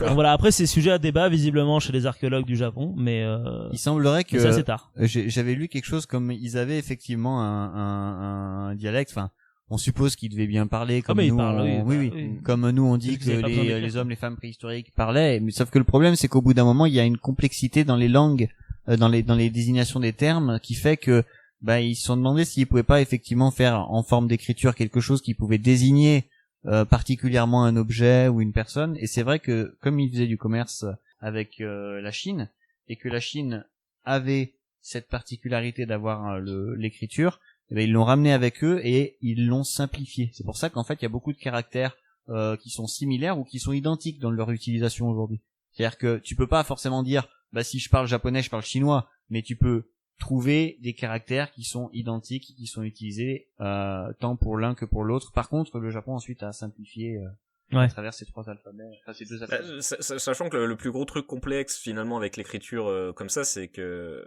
ça représente pas forcément tellement une syllabe, on va dire, que des fois juste un sens premier du mot, et ça peut avoir du coup plusieurs sens entre ce que ça veut dire et ce que c'est censé être, comment c'est censé être prononcé finalement. D'accord. Et c'est ça qui est un peu complexe dans ce genre de truc, c'est que ça peut vouloir dire beaucoup de choses finalement, selon avec quoi c'est, selon Le contexte de la si phrase. c'est le symbole chinois ou japonais. D'accord. Puis même la manière de prononcer qui peut être différente du coup. D'accord. Petite question suivante qui va être relativement simple. Si je vous dis qu'on est en 1300 de notre ère, ça correspond à quelle époque au Japon, quelle ère au Japon? Ah, c'est 1300 1300. Ouais. Choisis une date. Edo Tokugawa, Edo Non, pas Edo. C'est l'époque des invasions. Ah non, des invasions Kamakura, mongoles, alors. c'est Kamakura, ouais, effectivement, c'est l'ère Kamakura. Kamakura. Question suivante, qui sont les premiers Européens à découvrir le Japon? Le néerlandais, non? Non. C'est les Portugais. C'est les Portugais, ouais, bien joué. Est-ce que t'as la date, Ah oui, Nico, ou pas? portugais, oui. 1500 et quelques. 1500 et quelques, ouais, 1543, pour être plus précis. Les premiers arrivés au Japon qui sont des Portugais, du coup. Et du coup, 1543, c'est quelle ère? Edo. Bah c'est l'ère Muromachi. Eh ben, probablement, je ne sais pas. Je l'ai pas noté. C'est vraiment un test Pose comme pas ça. la question si tu sais pas. Non, c'est juste avant l'ère. Ça va être juste avant l'ère Edo, ou alors le début de l'ère Edo, je sais pas. Ou Momoyama, c'est l'une ou l'autre. D'ailleurs, à ce propos, ma question suivante, c'est combien de temps a duré l'époque Edo, à votre avis? Oh merde, j'allais regarder ça du coup. 200. C'est Pardon. Ouais, je crois que c'est 100 ou 200 ans, c'est Ouais, pas plus de beaucoup 200 en fait. ans. Plus de 200 ans, effectivement, ouais. la fin c'est 1600, Non, le début. De Ouais, l'époque c'est le Edo, début. Le début, c'est 1600. le plutôt. début c'est 1600. Oui. Et Bah, du coup, de 270 ans. Alors, C'est ça. Ouais, c'est ça, Et ouais, ça se date de termine, 300 ans, ouais, euh, c'est jusqu'à ça 1870. se termine à 1870, 1870. oui, c'est ça. c'est ça, exactement. Bien vu. C'est la D'ailleurs, l'ère Edo, c'est l'ère, qui est une, ça fait environ une époque 250 vraiment ans, en fait, à peu charnière près. dans la culture japonaise, parce que c'est l'époque d'opulence. C'est l'équivalent de nos 30 glorieuses, quoi, sauf que eux, c'était 270 ans. Et ça. Et c'est le moment où justement l'échange a été sympa avec les étrangers globalement, même s'il y avait quand même une ingérence dans les politiques et vraiment une ingérence culturelle également. Et c'est vraiment ce moment-là, ils ont commencé à s'ouvrir au monde, à découvrir plein de trucs sur plein de choses. Non, à et l'époque tout, Edo, tout au contraire, le Japon, il est refermé sur lui-même. Il se referme, on Et, est il y a d'accord, hein. Ouais, pendant l'époque Ah Edo, bon c'est pendant presque Et après 170 ans, le Japon échange juste, il me semble, Putain, que je avec confonds. les Hollandais ou les Portugais. Il y a juste une seule nation étrangère qui est autorisée à échanger justement avec le Japon, et c'est du coup l'amiral Perry après qui arrive avec ses gros sabots et qui force un peu le Japon à s'ouvrir à la fin. Amiral Perry qui est américain, c'est ça, on est d'accord, hein. C'est ça. Effectivement. Amérique, Et du coup, Amérique. merci pour ces informations, Nico. On va pouvoir passer sur la question suivante qui veut justement parler de ça. Parce qu'à partir du moment où les Américains arrivent, c'est la fin de l'ère Edo, c'est le début de l'ère Meiji, et c'est aussi le début d'une nouvelle forme d'État pour le Japon. C'est ce qu'on appelle couramment l'Empire du Japon, sous forme étatique, pas sous forme symbolique, hein. Et du coup, est-ce que vous avez les dates exactes du début et de la fin de l'Empire du Japon? 1870 1945. Non, Alors, c'est non, presque ça, c'est presque ça. C'est un peu plus tard. 1900 Ça s'arrête un peu plus tard, je 1945. crois. Non, en fait, c'est pas 1870 exactement, c'est 1868. À 2 ans près. Mais c'est pas mal. Et c'est pas 45, c'est C'est dans les années 50, je crois. c'est juste après la Seconde Guerre mondiale, c'est 1947. Ok. Ouais, ok. Voilà. Donc c'est 1868-1947, l'Empire du Japon. C'est le moment où il a fait trembler un peu le monde, quoi. Le monde. L'Empire. Bah, d'ailleurs, à propos de monde, contre quel pays le Japon s'est-il battu en 1904? La Chine. Waouh. Alors, Mika t'as dit la Chine, Nico t'as dit quoi? Moi, j'ai dit la Chine. Ouais. La Russie. Et Raphaël t'as dit aussi la Russie. C'est vous qui avez raison, c'est effectivement la Russie. Ah. Ouais, bien joué pendant la guerre russo-japonaise, quoi. C'est là qu'on simplement. s'est dit, en fait, finalement, ils rigolent pas, les mecs. Et C'est oui. exactement Et ça, c'était ouais. que le Ils début. sont sérieux. Et de souvenir, je crois que c'est vraiment une belle branlée, hein. Ouais. Bah surtout, c'est la première fois qu'une nation occidentale se fait battre par une nation qui n'est pas occidentale. Exactement. Bah, surtout sur un tout petit pays, tout clacos, avec une vieille île Et avec que de la rocaille. Je me souviens de ton anecdote, Nicolas, que tu nous avais donnée. C'est aussi à ce moment-là que, pour la première fois au monde, il y a de l'escrime européenne qui s'est battue contre de l'escrime japonaise. Oui. C'est vrai. J'ai cet exemple-là, je l'ai en tête depuis incroyable. depuis cette émission. Réécoutez l'épisode sur les Ah, AMHE. écoutez, exactement. Alors, dernière question sur ce quiz historique. Qu'est-ce qui est arrivé en 1923 au Japon? C'est passé un truc. 1923. Un gros truc. La Chine. En 1923. En 1923. C'est passé un gros truc, apparemment. 23. Au final, c'est la question la plus dure. On est nul sur le 20e siècle. Putain, c'est Ouais, terrible. je suis désolé. Ah, mais moi, je suis à chier depuis le début, je me gourde dans les dates. Enfin, non, moi, l'histoire, c'est pas mon truc, hein. Alors je vous le On dis, peut pas parler de manga et de trucs il y a débiles eu comme un, ça, s'il vous un plaît. énorme tremblement de terre en 1923 au Japon, Ah, qui apparemment a pas mal rasé de choses sur son passage. Ah oui, effectivement, oui. Oui, mais Il a comme pas mal c'est choqué le truc, c'est un gros truc. mais comme c'est une fois tous les 4 matins, en fait, on sait pas trop lequel était gros, pas gros. Parce que tu vois, Ouais, je veux mais dire, si, si, apparemment, celui-là, il il me semble était, justement qu'il a été, il était vraiment balèze, quoi. bien, je crois que c'est le plus meurtrier. C'est ça, exactement. du C'est un des Japon. plus meurtriers que le Japon ait jamais, Ouais. jamais connu. du coup, on parlera pas du séisme de Fukushima, du coup. Non, parce que là ou c'est comment pas, ça se- je vais dire, c'est pas de Ah, l'histoire. mais il était gentil, celui-ci, s'il y avait pas eu la... Ah bah, quand même. En Si- termes de répercussions, il se met dans le haut du panier, quoi. Ni celui du 2 septembre 1945. Oh wait. T'as vu, j'ai pas parlé Was des not an bombes. earthquake. J'ai pas parlé des bombes. Donc du coup, voilà, on va s'arrêter en 1923 parce qu'après c'est moins rigolo. Tu me diras, c'est peut-être pas. Oui, c'est vrai que l'histoire, c'est rigolo, en règle générale. C'est vrai qu'en général, on se marre bien, ouais. Et on va plutôt parler de trucs qui nous font marrer. Alors j'ai un dernier petit jeu à la fin, mais on verra si je le fais ou pas. Avant, j'aimerais qu'on parle un petit peu plus pop culture. Et je vais vous poser une question. Ouais. Une question. Enfin! Une question. Ah, je suis désolé, c'est Japon de manière générale. Hein. Voilà, c'est. J'aurais peut-être passé pour un con! Cette question, elle est difficile, je pense. Je sais pas si vous arriverez à y répondre. C'est quoi votre animé préféré si vous devez en garder un seul, c'est lequel que vous prenez? oh. Oui, non, ça, par contre, c'est de la merde. je suis Ouais, notre animé d'accord. préféré, quoi. Notre top 1. Alors, ça dépend. Est-ce que tu parles de manga ou vraiment d'animé? Eh bah, tu peux dire manga aussi, je m'en fous. C'est vraiment juste histoire que vous discutiez dessus.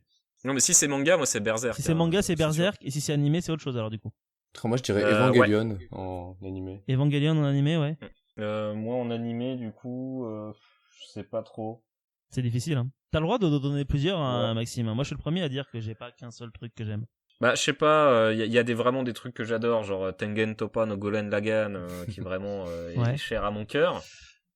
Sinon, dernièrement, il y a Mob Psycho 100 qui vraiment m'a foutu sur le cul, donc peut-être ça va être ce genre de choses, avec vraiment une animation super fluide, où vraiment, c'est ça justement, je peux pas donner un truc d'animation où je trouve que l'animation est pas totalement pétée, quoi. D'accord. Mais En fait, Ouais. le problème que j'ai avec cette question, c'est que, en fait, chaque animé a une patte graphique différente et surtout, en fait, en fonction de l'époque dans laquelle l'animé sort, il aura forcément un impact différent des autres. C'est-à-dire que par exemple, même aujourd'hui, un Naruto ou un One Piece, tu vois, tu le compares avec ce qui sort aujourd'hui, tu pourrais dire que c'est de la merde. Or, quand ils sont sortis, ça a révolutionné le genre et ça a vraiment donné lieu à des mangas fleuves qui aujourd'hui marquent encore des générations alors que ça fait 15 ans que c'est sorti. Et du coup, c'est difficile de répondre à cette question parce que en fait, chaque nouveau manga que tu vas lire ou que tu vas découvrir va vraiment impacter le futur de ce que tu liras. Et du coup, en fait, ton manga préféré, potentiellement, tu l'as pas encore déjà lu, en fait.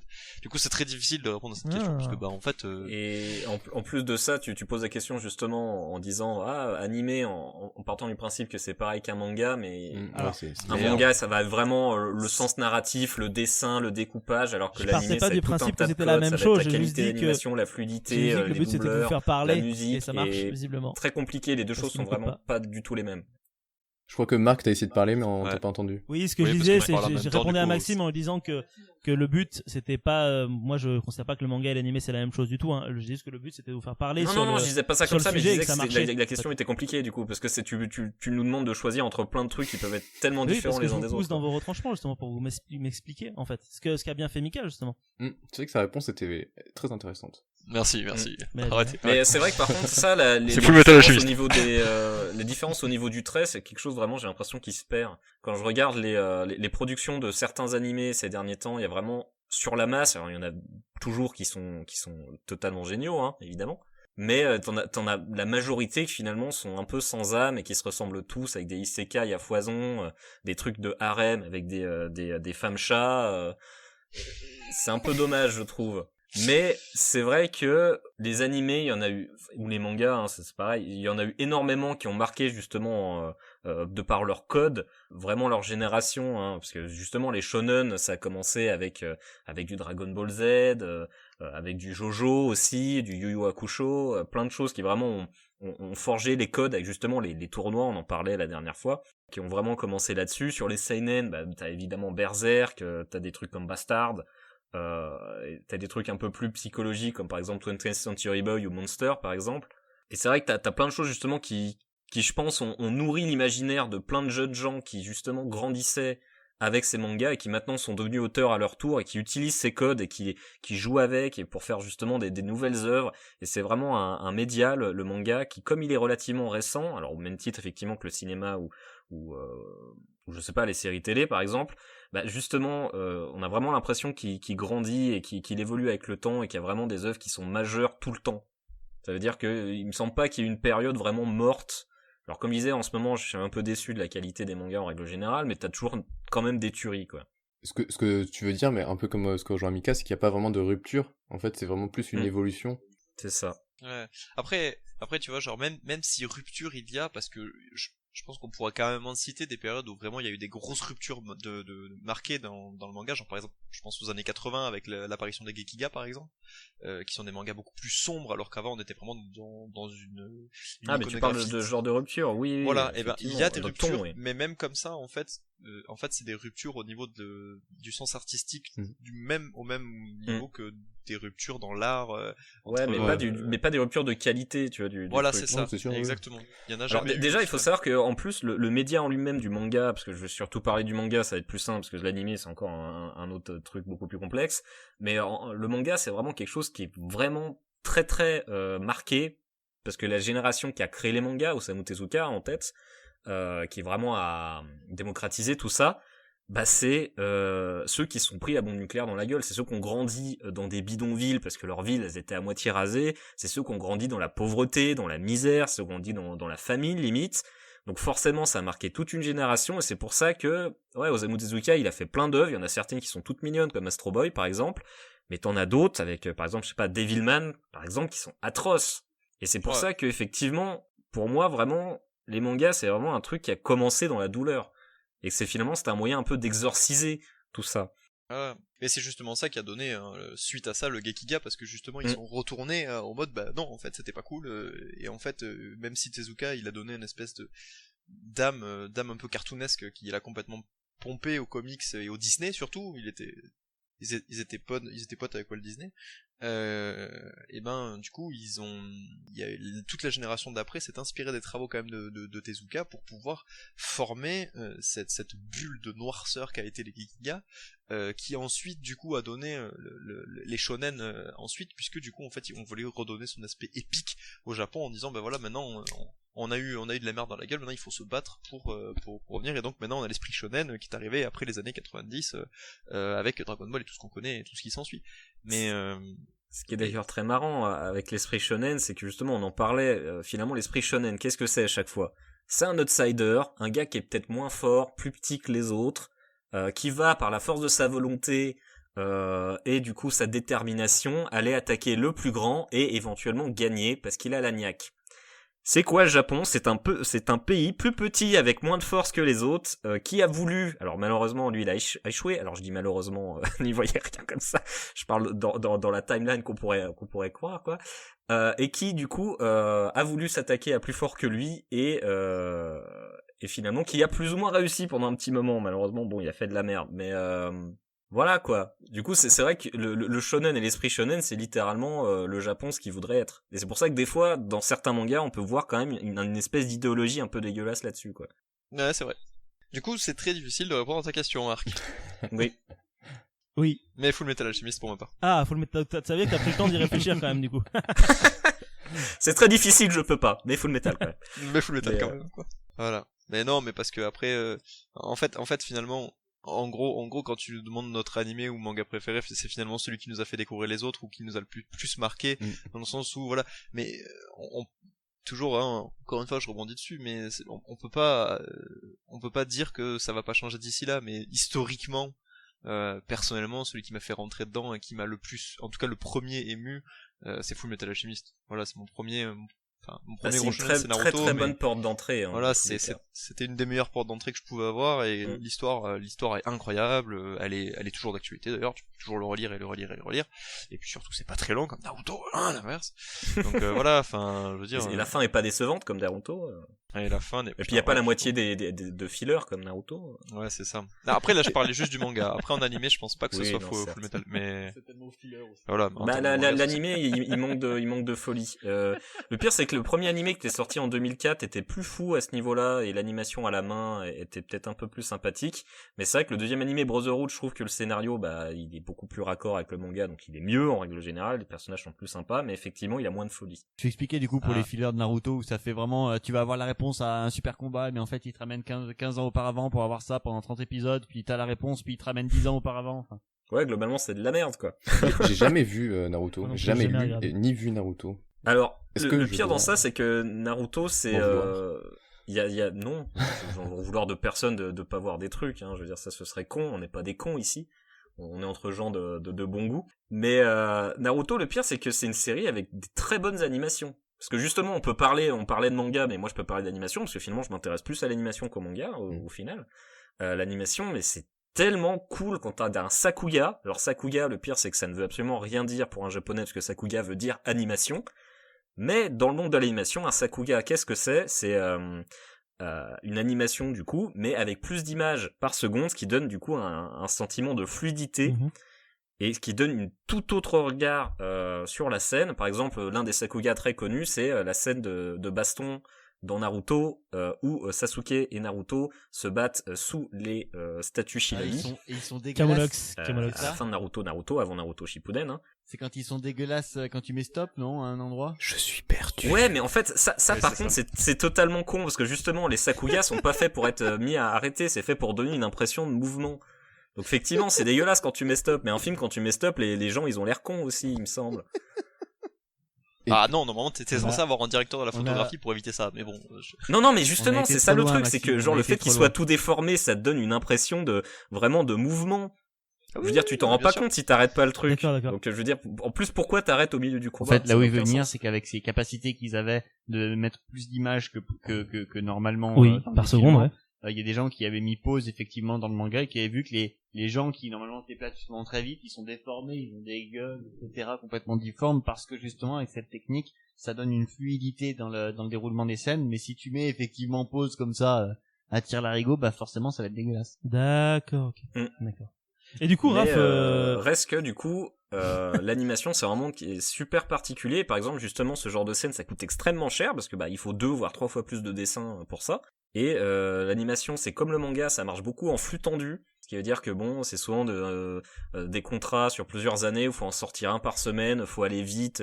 C'est pour ça que ça nous donne parfois sur des animés fleuves comme One Piece, Naruto, Bleach, comme ça, des épisodes tout claquos, tout dégueulasses, sous-traités à Taïwan ou je ne sais où, parce que ils ont pas le temps de le faire. Il faut savoir que la plupart des studios d'animation, par contre, une fois que l'épisode est passé à la télé, parce que les épisodes d'animation passent à la télé, c'est comme des séries américaines par exemple, certains quand ils vont vendre les DVD, ils vont refaire ces scènes. d'accord. Ça veut dire que les scènes toutes claquos, toutes dégueulasses, ils font en sorte qu'elles soient moins claquos, moins dégueulasses. Et c'est pour ça que des fois, un épisode que tu vas voir en mode c'est à la télé, tu veux revoir en achetant le DVD, du coup elle a moins pire gueule, on va dire. D'accord. Petite question pour recentrer un peu sur ta question, Marc. Oui, C'est oui, quoi oui. le premier manga que vous avez lu? Naruto. Naruto. Ok. Moi, c'était Yu-Gi-Oh! Ah oui. Naruto en même temps que Dragon Ball. DBZ. Je commençais les deux en même temps. Moi, Moi, je sais plus. moi, Je sais plus si le- c'est Death Note ou Nana. C'est l'un ou l'autre. du coup, moi, si je réponds en même temps à ta question. Oui, parce que Raph a pas pu répondre à ma question, donc du coup tu fais les deux en même temps, fais celle de Nico et la parce mienne en qu'en même fait, temps. l'un découle Ah. avec l'autre, hein, parce que du coup, moi, c'est Beck que j'ai lu en premier yes. et qui m'a ensuite donné envie d'explorer un petit peu plus ce monde-là. Et côté animé, le premier c'était Reborn. Et en fait, le pire, c'est que je pense qu'on a tous tort dans le sens où en fait, le premier animé qu'on a vu, c'est certainement Pokémon, Yu-Gi-Oh! Ou Digimon. Oui, non, mais bien, oui, non, Exactement. c'est vrai, C'est sûr. c'est vrai qu'effectivement, j'ai Mais vu tu vois, genre, Pokémon le avant. pire, c'est que c'est moi, j'ai la pas même menti, chose, c'est hein, Dragon Ball, les hein. Japonais, ils font pas la différence, eux, entre Reborn ou Pokémon. C'est pareil. Alors, à noter C'est aussi de autre l'animation. chose qui est bien, Oui, vas-y, c'est Raph.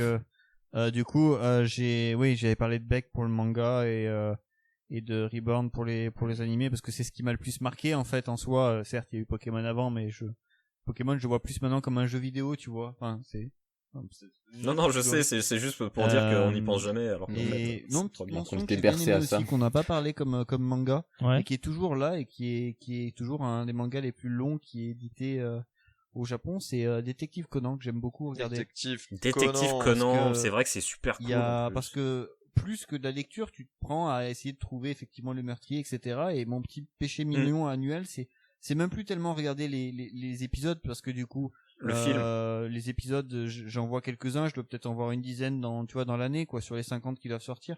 Mais c'est surtout les films. Les films sont très bien faits. Bah, les films, ils sont toujours super bien animés. Ils mettent toujours un endroit dans le moi, je monde fais pareil, en fait. où ça se passe. Et le dernier que j'ai vu, il se passait, je crois, à Dubaï. Pas à Dubaï, à Singapour. Et en fait, j'ai bien adoré ce système-là. Alors, le problème quand tu regardes que les films, par contre, c'est que tu comprends plus rien au fil rouge, quoi. Parce qu'il y a des gens qui arrivent, tu comprends plus, il y a des gens qui repartent, lui, il est toujours un gamin, ça fait 10 ans qu'il a 8 ans, un peu comme Bart, quoi. Bref, du coup, je vais recentrer un petit peu le débat parce qu'il est quand même 19h47. Je propose un dernier petit jeu à faire tous ensemble qui va porter justement sur l'animation japonaise. Ce jeu, vous le connaissez, je pense, normalement tout le monde l'a fait maintenant, je crois. C'est le fameux Synopsis Fusion, mais version animée japonais. Tout le monde avait joué à Synopsis Fusion ? Oui. Ouais, ok, super. Donc vous connaissez le principe. J'ai pris 2 animés japonais, que ce soit alors dans l'animé japonais, j'ai mis aussi, je crois qu'il doit y avoir 2 films d'animation japonais qui se baladent dans le tas. Je l'ai mixé, j'ai fait un synopsis et vous devez trouver les 2 animés qui composent ce synopsis et vous devez également trouver. C'est que des trucs que t'as vus ? Pas forcément, non. Oui, voilà, merci. Comme ça, au moins, je suis pas trop avantagé, quoi. Pas forcément. Pas forcément. Parce que je sais tout ce qu'il a vu, c'est pas ma faute. C'est un peu la marraine. C'est ça, marraine, la bonne fée des animés. C'est clair. Donc voilà, et en gros, vous devez trouver après le nom composé que j'ai réalisé. Ah oui, c'est vrai qu'il y a ça. De toute façon, ça va être il y a des choses que j'ai pas vues, mais c'est que des trucs qui sont hyper connus, donc soyez rapides dès que j'ai fini. Bah, dans tous les cas, à partir du moment où c'est un nom occidental, c'est que c'est relativement connu. Alors. Parce que, à mon avis, tu vas pas nous parler de, Yahali Oleno, Seishun wa Machigai. Détrompe-toi, Maxime, car c'était le premier synopsis. Non, pas du tout. Non, effectivement, j'ai pris les noms français parce que sinon, comment est-ce que tu veux que je compose un nom en japonais? Je parle pas japonais, donc. Oui, voilà, c'est pour ça que je te dis ça. Donc voilà. Dans tous les cas, ça va être des trucs relativement. Ou alors, et c'est les noms anglais, quoi. Qui sont sortis en voilà. France, en tout cas. Alors, c'est parti. Premier synopsis. Un jeune étudiant surdoué ramasse un jour un carnet abandonné par un mystérieux guerrier de l'espace qui apparemment s'ennuyait dans son monde. Top. Oui. Bah, c'est Death Note et Dragon Ball Z. Exactement. Et du coup, ça s'appelle comment? Dragon Note Z? Non. Dragon Ball Note? Dragon Death Z. Ah. Moi, j'aurais bien vu Dragon Ball Note. Ouais, Dragon Ball Note, ça faisait bien. Ou Dragon Note, quoi. Dragon Note. Alors, synopsis suivant. Dans l'entre-deux-guerres, quelque part en Italie, un jeune garçon détesté et craint des villageois du fait qu'il détient en lui Kyuubi, une incroyable force qui a tué un grand nombre de personnes. Aventurier solitaire, il vit dans le repère qu'il a établi sur une île déserte de l'Adriatique. Il rêve de devenir le plus grand Hokage de l'Italie afin que tous le reconnaissent à sa juste valeur. À bord de son splendide hydravion rouge, il vient en aide aux personnes en difficulté. Top. Ouais, bah vas-y Maxime, ouais. Alors déjà, il y a une partie qui est Paul Colosso. Exactement, ouais. Voilà. Oui, mais moi aussi, en fait, en Italie, je me dis, est-ce que c'est Jojo? Je ne sais pas. Et la deuxième, putain, mais j'ai perdu ce que je voulais dire. Pire, c'est que je le sais, j'ai tout empoigné. C'est Naruto, putain. Oh, j'allais dire, oh, il déconne. Non, mais en fait, c'est juste que c'était tellement évident que je me suis pas. C'était Naruto, effectivement. Du coup, c'est Porco Naruto ou Naruto Rosso? Ouais, bah ça, c'est la grande question, effectivement. C'est Naruto Rosso. Naruto Rosso, j'aime beaucoup. Ça ressemble beaucoup à Naruto, mais... Mika, tu peux regarder Porco. Oui, tu m'oublieras, n'est-ce pas? Tu peux regarder Porco Naruto, par contre, ça va te switcher dans des plateformes italiennes et sur des choses un petit peu plus dénudées. Oh, ah bon, on voit que monsieur connaît sa règle 34, hein. Non, c'est une blague. C'est juste que Porco, c'est je vais aller chercher pour voir. Voilà. Mais Naruto, ça veut rien dire en italien. Oui, mais tu peux chercher. Oui, mais imaginons que tu es un Italien et que tu veux en savoir un petit peu plus sur l'univers de Naruto. Enfin, est-ce qu'on dit les deux, roule les deux il existe des pornos italiens sur Naruto. Roule 34. Allez, synopsis suivant. Je sais pas pour Italie. Histoire de passer le temps, une jeune serveuse de 15 ans est devenue un héros. 3 années d'entraînement spécial lui ont donné un pouvoir la rendant invincible. Devenu si fort qu'un seul coup de poing lui suffit à terrasser chaque adversaire, se présentant aussi puissant soit-il. Accompagnée des 2 meilleures lames du pays et meilleurs ennemis, elle suit sa quête, retrouver la patate qui sent le tournesol. Ah, top. Oui, vas-y Nico. Top, ouais. C'est One Punch Man et Samurai Champloo. Exactement, ouais. Ce qui nous donne du coup... La patate qui sent le tournesol. Samurai Champloo. Ouais, j'avoue, j'avais du mal aussi sur le samouraï. J'ai mis du temps à reconnaître. Du coup, t'as une idée du titre, La Nico? patate qui sent le tournesol. One Punch Champloo. Après, j'ai choisi One Samurai Man. Ah yes. Ah, pas mal ça. One Punch! Alors, synopsis suivant. Un jeune collégien de 14 ans se faisant appeler le Chevalier Noir fait des études qui se passent très mal. Il vit dans un monde impitoyable où les plus faibles ne vivent pas longtemps. Il n'a connu que la violence, la haine et les armes. Un jour, il rencontre un guerrier solitaire qui joue de la guitare dans un groupe de rock. Top. Alors, c'est Raph qui a topé en premier, il est en face de moi, vas-y. Bah déjà il y a Beck, mais après Il y a Beck, exactement. Et les autres qui ont topé, vous avez trouvé le deuxième? C'est Berserk. C'est donc Beckzerk. Beckzerk, exactement. Excellent. Ah désolé, moi j'ai pas reconnu parce que t'as dit chevalier noir alors qu'il est pas chevalier. Il s'est jamais fait adouber, c'est un mercenaire donc je. Non, suis désolé. mais c'est comme ça qu'on l'appelle, hein, malheureusement. C'est Non, le c'est chevalier noir. Non, c'est le guerrier noir. C'est pas Après le ça chevalier dépend noir. la traduction. Moi j'ai lu en anglais surtout. Moi j'ai lu les mangas et je peux vous dire qu'il y a marqué le Mais guerrier j'ai lu noir. les mangas aussi, mais la traduction Glénat elle est dégueulasse. Oh, tout de suite. Les querelles Il y a quand même- d'experts. Ah, Il mon y a On quand adore. même marqué Beirut, c'est les l'essentiel Japanese, quoi. C'est clair. Alors, synopsis suivant. Dans un monde ravagé par de petites créatures possédant de divers pouvoirs mangeuses d'hommes, les rares survivants de l'humanité n'ont d'autre choix pour survivre que de se barricader dans une cité forteresse. Le jeune Sacha, témoin de la mort de sa mère dévorée par un Pokémon, n'a qu'un rêve, devenir Top, maître top. Pokémon et entrer dans le corps d'élite chargé de découvrir l'origine des Pokémon et les annihiler jusqu'au dernier. Top. c'est oui. Oui, non, mais ça, vous l'avez on l'a tous, je topé, pense, il y a de déjà toute un moment. C'est l'attaque des titans et Pokémon. Exactement. Et du coup, le titre, Attack c'est of quoi? the Pokémon. quoi. L'attaque des Pokémon Pokémon. en titan. Exactement. Pokémon. Pokémon Titan. C'est Shingeki no Pokémon Star. Pokémon Monster Shingeki no Pokémon Pokémon Star. Star. Alors, le synopsis suivant est un peu plus long. Angleterre, 1868. Alors je sais déjà déjà. Le docteur Kenzo Temna, un neurochirurgien japonais qui exerce en Allemagne, vient d'avoir un accident en Top. calèche avec son fils et sa... Oui, Oui, top. juste avec ça, vous avez les deux? Oui. Ouais. J'ai pas. Alors, on va continuer pour Non. laisser la place aux autres quand même, parce que je me suis fait chier à le faire ce synopsis. Après la mort Ouais, de non, mais celle-ci, on te laisse finir, il mais perd on son l'a, quoi. poste et sa crédibilité. Quelques jours plus tard, le directeur et 2 autres personnalités de l'hôpital sont assassinés. Kenzo retrouve tout ce qu'il vient de perdre et même plus. 12 ans plus tard, la police enquête sur une série de meurtres et Temna est suspecté. Il meurt mais envoie son fils Dio vivre chez les Joestar, le maire de Düsseldorf. Ah. Là-bas, Ok. vit Jonathan Joestar, surnommé Jojo, qui rêve de devenir un véritable gentleman. Dio découvre que l'être sanguinaire qui fait régner la terreur est une ombre de son passé. Le monstre est déguisé en petit garçon. Leur destin à tous les deux n'en sera que plus lié avec l'étrange masse aztèque aux capacités mystérieuses. Donc vous les avez tous, je pense. Oui. Joe. C'est Jojo. Et l'autre, c'est quoi? Donc c'est Jojo Star, non? C'est Jojo Jojo Star. C'est Monster. Jojo's Monster Bonjour. Adventures. D'accord. Aucun des deux. Aucun des D'ailleurs, deux Monster, au passage, c'est un très cool manga, thriller psychologique. Bah, Monster, je l'ai lu, ça fait partie des premiers mangas que j'ai lus. Et c'est effectivement un bon gros thriller psychologique. Et Jojo, c'est funky. Alors le seul problème que j'ai, c'est que cet auteur-là, il fait à chaque fois des thrillers qui sont passionnants, sauf que la fin est à chaque fois à chier. Constamment. Genre la fin de Monster, Je dois malheureusement acquiescer, même si je suis un gros fan de Naoki Urasawa, c'est terrible, mais à chaque fois la fin, elle est bizarre. Ah. En gros, il s'est pas Non mais écrit le des fins, build-up à chaque fois c'est génial, genre 20th Century Boy, tout ce que tu veux, genre et à chaque fois la fin c'est A. Ah, Pluto était pas mal. Je trouve que Pluto s'en sort plutôt Le bien. chien de dingo. Faut pas faire de Pluto vanne. s'en sort plutôt bien. D'accord. Non, Pluto c'est la suite d'Astro Boy. Enfin, il se veut être une suite d'Astro Boy, mais du coup vachement plus dark, puisque Astro Boy était J'ai pas tout lu, j'ai lu 20th Century Fox, 20th Century Boy, plutôt. Moi aussi je fais du coup entre X-Files et Monster. Et j'ai lu aussi, je crois que j'ai vu aussi un peu de machin The Bat là, je sais plus Billy comment Bat. ça s'appelle. Billy Bob. Voilà. Alors, il nous reste 3 synopsis, les amis, encore à lire. Le suivant, le voici. Alors, je vais aller jusqu'au bout à chaque fois. Hein, si vous topez, je verrai vos noms qui s'allument dans le chat. Ok. Top. Pardon. Ah, c'est ça. En 2015, soit 15 ans après le second impact, un cataclysme planétaire provoqué par une explosion en Antarctique, la ville forteresse de Tokyo 3 est menacée par les anges, des êtres gigantesques détruisant tout sur leur passage. Une adolescente coincée dans une famille traditionnelle rêve de quitter ses montagnes natales pour découvrir cette ville trépidante qu'est Tokyo 3. Elle est loin d'imaginer pouvoir combattre l'organisation secrète NERV qui a mis au point d'immenses créatures biomécaniques pilotées par de jeunes adolescents. Quel mystère se cache derrière ces rêves étranges qui unissent 2 destinées que tout oppose et qui ne se sont jamais rencontrées?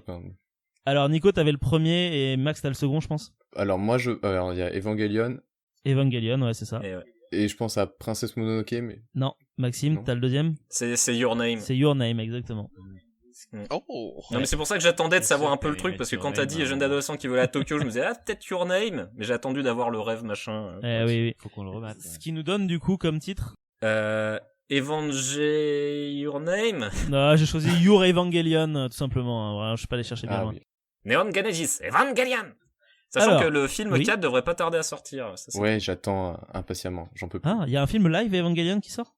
Non, pas live. Oula, Ah, non, d'accord. diantre. Non, Oula, fichtre. non, c'est des films en fait qui revisitent la série qui a eu une fin un peu chaotique et pas forcément très plaisante. Moi, je suis pas du tout fan de la fin d'Evangelion, hein, personnellement. Et qui vont d'ailleurs au-delà de la fin, les films. Ouais, bah il rajoute même des nouveaux personnages, tout ça, parce que le gars, en fait, il arrête pas de réécrire sa fin. Il faut savoir déjà que le gars avait fait une fin qui était super triste, où globalement tout le monde mourait, c'était la merde. Du coup, les gens se sont plaints, du coup, il a dit, bon, ok, je vous fais une deuxième fin. Ouais. Et du coup, il a fait une fin où tout finit bien Elle est et tout va royale. bien. J'adore cette fin. Non, mais c'est même plus que ça. C'est genre, en fait, t'as vraiment l'impression qu'il prend son public pour, genre, tu vois que c'est vraiment le public qui voulait une fin, et du coup, il a totalement refait, et ça a vraiment presque aucun sens. Et c'est limite une expérience un peu visuelle, d'ailleurs, cette fin. D'accord. Plus qu'un truc. Plus Oui, qu'une on histoire applaudit construite. Shinji. Ouais. Non, mais du coup, les films, en fait, alors déjà, encore une fois, moi, l'animation, c'est un truc que j'adore, donc du coup, l'animation est parfaite, c'est tellement bien. Donc les films, il y en a eu 3 pour le moment, et là, on attend le 4e, qui devrait, je pense, ça doit être la fin, le 4, non? Ouais, oui, je pense. Ah, d'accord, ok. Eh ben, du coup, je vous propose d'écouter l'avant-dernier synopsis. C'est parti. Dans un Japon futuriste régi par l'internet, après avoir perdu leur mère, 2 garçons tentent de la ramener à la Top. vie grâce à l'alchimie. Devenue une femme cyborg ultra perfectionnée, elle est tentée par des interrogations ontologiques.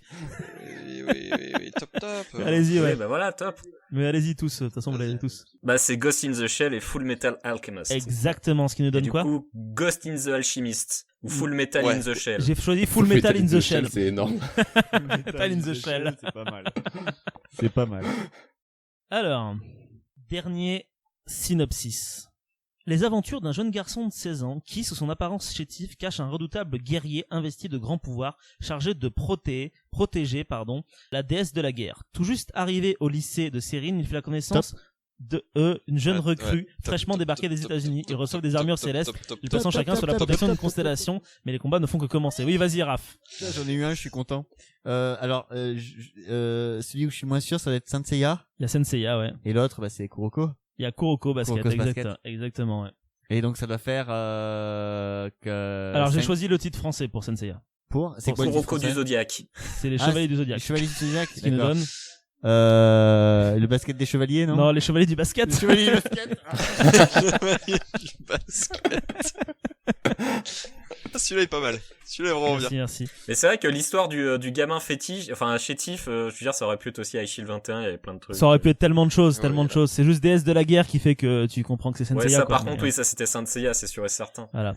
C'est d'ailleurs marrant que c'est un des rares mangas que je connais, tout du moins, qui a vraiment cette esthétique super mythologique en fait, avec vraiment des armures qui claquent et qui sont classe, quoi. Parce que beaucoup ont essayé de retrouver un peu ce côté-là, mais ils ont tous échoué. Même si le manga et l'anime sont très loin d'être parfaits, hein, il y a des moments très chiants, mais il y a quand même une espèce de patte dans le dessin qui fait que Saint Seiya, ça claque quand même, ça claque bien. Nice. Bah, merci à vous pour cette participation à ce petit exercice de synopsis fusion spéciale animé japonais. On touche à la fin de notre émission spéciale Japon. Et je vais terminer par une petite question à nouveau. Après, vous pourrez débattre dessus. Alors, c'est pas forcément une question qui est très intéressante, mais moi elle m'intéresse parce que c'est surtout elle porte un peu sur vous et sur vos envies en fait à vous un petit peu. C'est la question suivante. Le Japon, vous le connaissez bien manifestement. Là, vous l'avez prouvé quand même pendant pratiquement 2 heures. Et si vous deviez vivre au Japon là comme ça demain, vous auriez envie de vivre où au Japon? C'est quel endroit qui vous attire le plus là-bas? Osaka. Osaka? Je pense. Ouais, pareil, Osaka, c'est tellement le feu. Pareil pour C'est Max et les 2 autres? Je sais pas, moi je vais être très traditionnaliste, mais Ouais. du coup je pense que je dirais Kyoto ou Kumamoto.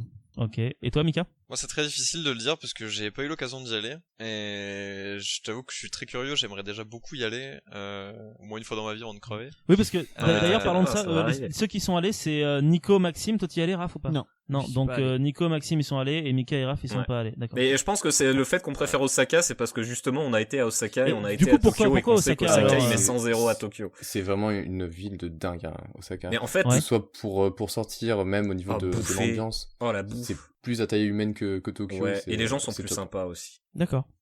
Moi, ce que j'aurais tendance à vouloir, en fait, c'est retrouver un petit peu justement le Japon traditionnel. Alors, c'est impossible hein, pour un étranger. C'est dans une utopie, Ah oui, où oui, les là, on est dans une Japonais utopie seraient gentils totale. avec Hein, les étrangers, de... Bah, c'est pas qu'ils sont j'adorerais pas gentils, beaucoup mais vivre, le problème c'est que ça se lit sur ton visage que t'es étranger, donc forcément. Ouais, voilà. non mais c'est surtout qu'en fait tu peux y aller en tant que touriste, y a pas de problème. À partir du moment où tu veux venir leur faire de l'ombre sur leur plate-bande, tu n'es plus qu'un baka gaijin quoi.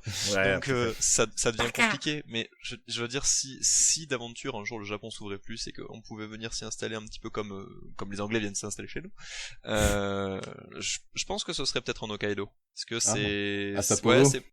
c'est très proche des montagnes. Parce que il y a- c'est quoi exactement il y a un- Hokkaido du il y a coup? un petit côté ermite dans l'idée. C'est Après, la faut plus savoir petite, aussi c'est ça, on qu'au est d'accord. Japon, comme ils ont Non, c'est la des plus- chemins de fer qui sont très pardon. très bien foutus, c'est que tu peux en fait aller en 2 heures, tu fais Tokyo Ouais. Osaka, en 2 heures tu Oui. fais Tokyo Clairement. Kyoto, tu peux aller au fin fond de la Cambrousse très rapidement, et c'est ça qui est bien aussi, c'est que c'est pas un pays où vraiment tu vas forcément avoir besoin d'une voiture pour aller quelque part ou quoi que ce soit, donc c'est très facile d'être touriste là-bas. Ah oui, les transports en commun sont enfin, pour comparer à l'Europe, c'est juste impressionnant. Oh, c'est génial. Là, géographiquement, t'as plein d'endroits qui sont cool, parce que si tu prends le Japon et que tu le transposes par exemple à l'Europe, j'extrapole à peine, hein, mais si tu prends au niveau des méridiens, Hokkaido c'est aux alentours de l'Écosse, l'Angleterre, Ouais.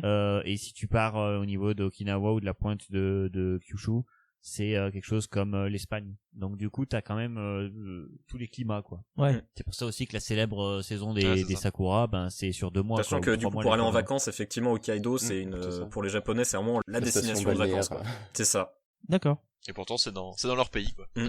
Un petit peu comme je sais pas les Saintes Maries de la Mer ou Nice La Côte pour les d'Azur, Parisiens. quoi. je sais Ouais pas, non mais c'est un peu ça, le c'est même si principe, t'habites quoi. dans le nord, pour toi genre c'est station balnéaire, tu vas dans le sud, tu t'y crois pas hein. Alors j'ai habité dans le nord donc je le sais quoi. Pas l'impression que ce soit le même pays quoi. Ne Ouais, serait-ce- bah, c'est ça, mais après, là, effectivement, la différence que, comme tu dis, bah, c'est que le réseau de transport, il est quand même bien mieux foutu chez Par contre, eux il que est chez nous. tellement plus cher. Quand tu prends Ah, la région ouais. du Kansai par exemple, la région où t'as Osaka, Kyoto, etc., c'est que en fait t'as pas de différence entre les métros et les trains. En fait, tu prends un transport et tu peux traverser toutes les villes de la région du Kansai et du coup tu peux commencer ta journée à Kyoto, la finir à Osaka, etc., rentrer le soir. C'est beaucoup plus agréable que chez nous hein, pour ça. Mais c'est vrai qu'au niveau des D'accord. prix c'est un peu plus élevé. Ouais, ça par contre, ouais. Mais du coup, la qualité a un prix, donc je pense, enfin, c'est Oui. pas si dérangeant que ça, quoi. C'est vrai que par contre, quand tu vas à Kyoto et que t'as envie du coup d'aller en dehors un peu des villes, par contre, transport en commun, ça devient plus compliqué. Moi, je sais que du coup, j'avais été dans un ryokan au nord de Kyoto, c'était à peu près à 1 heure en bus. C'était compliqué, t'avais un bus toutes les 2 heures, tu vois, genre c'est Ouais. tout de Mais suite plus... c'est mal desservi Kyoto par rapport au reste du pays. De j'ai toute façon, l'impression. Kyoto, c'est ça qui est marrant, c'est qu'entre Kyoto, Osaka et Tokyo, c'est vraiment trois villes, 3 ambiances, quoi. Voilà, c'est Kyoto, c'est vraiment à 16 heures, t'as tout qui est fermé, il fait noir, Ouais. littéralement. Ouais. C'est ultra Les tradi. transports aussi, c'est l'horreur, les transports internes. Oh, tu peux pas les enfin, bus. tu te déplaces à pied, quoi. Tu te déplaces à pied, parce que sinon... À tu vélo, galères. à vélo. Par contre, ouais, si vous allez au Japon, essayez de prendre des Airbnb avec des vélos ou ce genre de choses, parce que c'est beaucoup D'accord. plus agréable. D'accord. Et du coup, ouais, Kyoto, c'est ultra tradi, et du coup, c'est beaucoup de vieux bâtiments, de temples, tout ça. Par contre, la nuit, c'est mort. Vraiment, Ouais, littéralement, c'est ouais. mort. Tokyo, bah, c'est un peu tout comme ça, mais c'est plus, les gens, ils bossent, quoi. C'est D'accord. plus studieux, tu vois, c'est les gars, c'est les salaryman, ils ont pas que ça à foutre, ou des touristes, comme toi, quoi. T'es allé à Roppongi? Roppongi, non, malheureusement pas. Putain, c'est dingue. Les gars, Je pense vous- que je ferais un DTDR sur Roppongi parce que j'ai vécu des expériences formidables et en même temps des horreurs. Ouais, je vais vous arrêter un petit peu parce que j'ai un truc à vous dire. Vous allez probablement dans peu de temps être contacté par message pour faire un de rien et de tout tous les deux. Donc Qui ça? toi et Maxime, balancez Pour pas parler toutes du vos Japon, anecdotes du coup. Japon parce que Ouais. parce que voilà, vous allez peut-être en avoir besoin. Bah, en soi, c'est vrai que on a beau avoir passé 2 heures, j'ai l'impression qu'on a rien dit sur le Japon. Bah oui. C'est ce que je pensais aussi. C'est J'avais trouvé vrai. quelques anecdotes, et au final, j'ai pas pu trop les placer. Bon, bah, il faudra un Japon 2. Non, mais c'est ça, parce que au niveau sociétal, mais c'est tellement une société complexe et intéressante là-dessus. Les gars, bah merci d'avoir répondu à cette petite question. Je vais quand même revenir un petit peu sur Mika et Raph. J'ai pas entendu en fait vraiment votre réponse, surtout toi Raph. Il me semble, tu t'as répondu ou pas? Je me souviens. Oui, T'as dit quoi?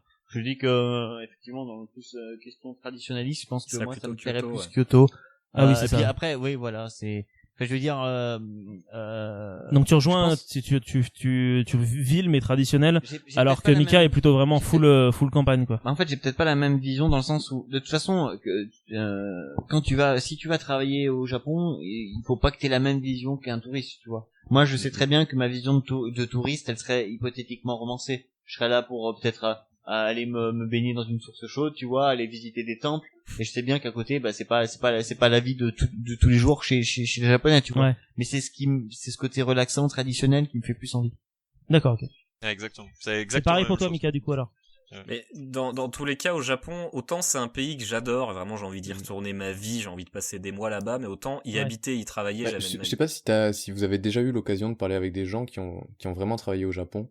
Non.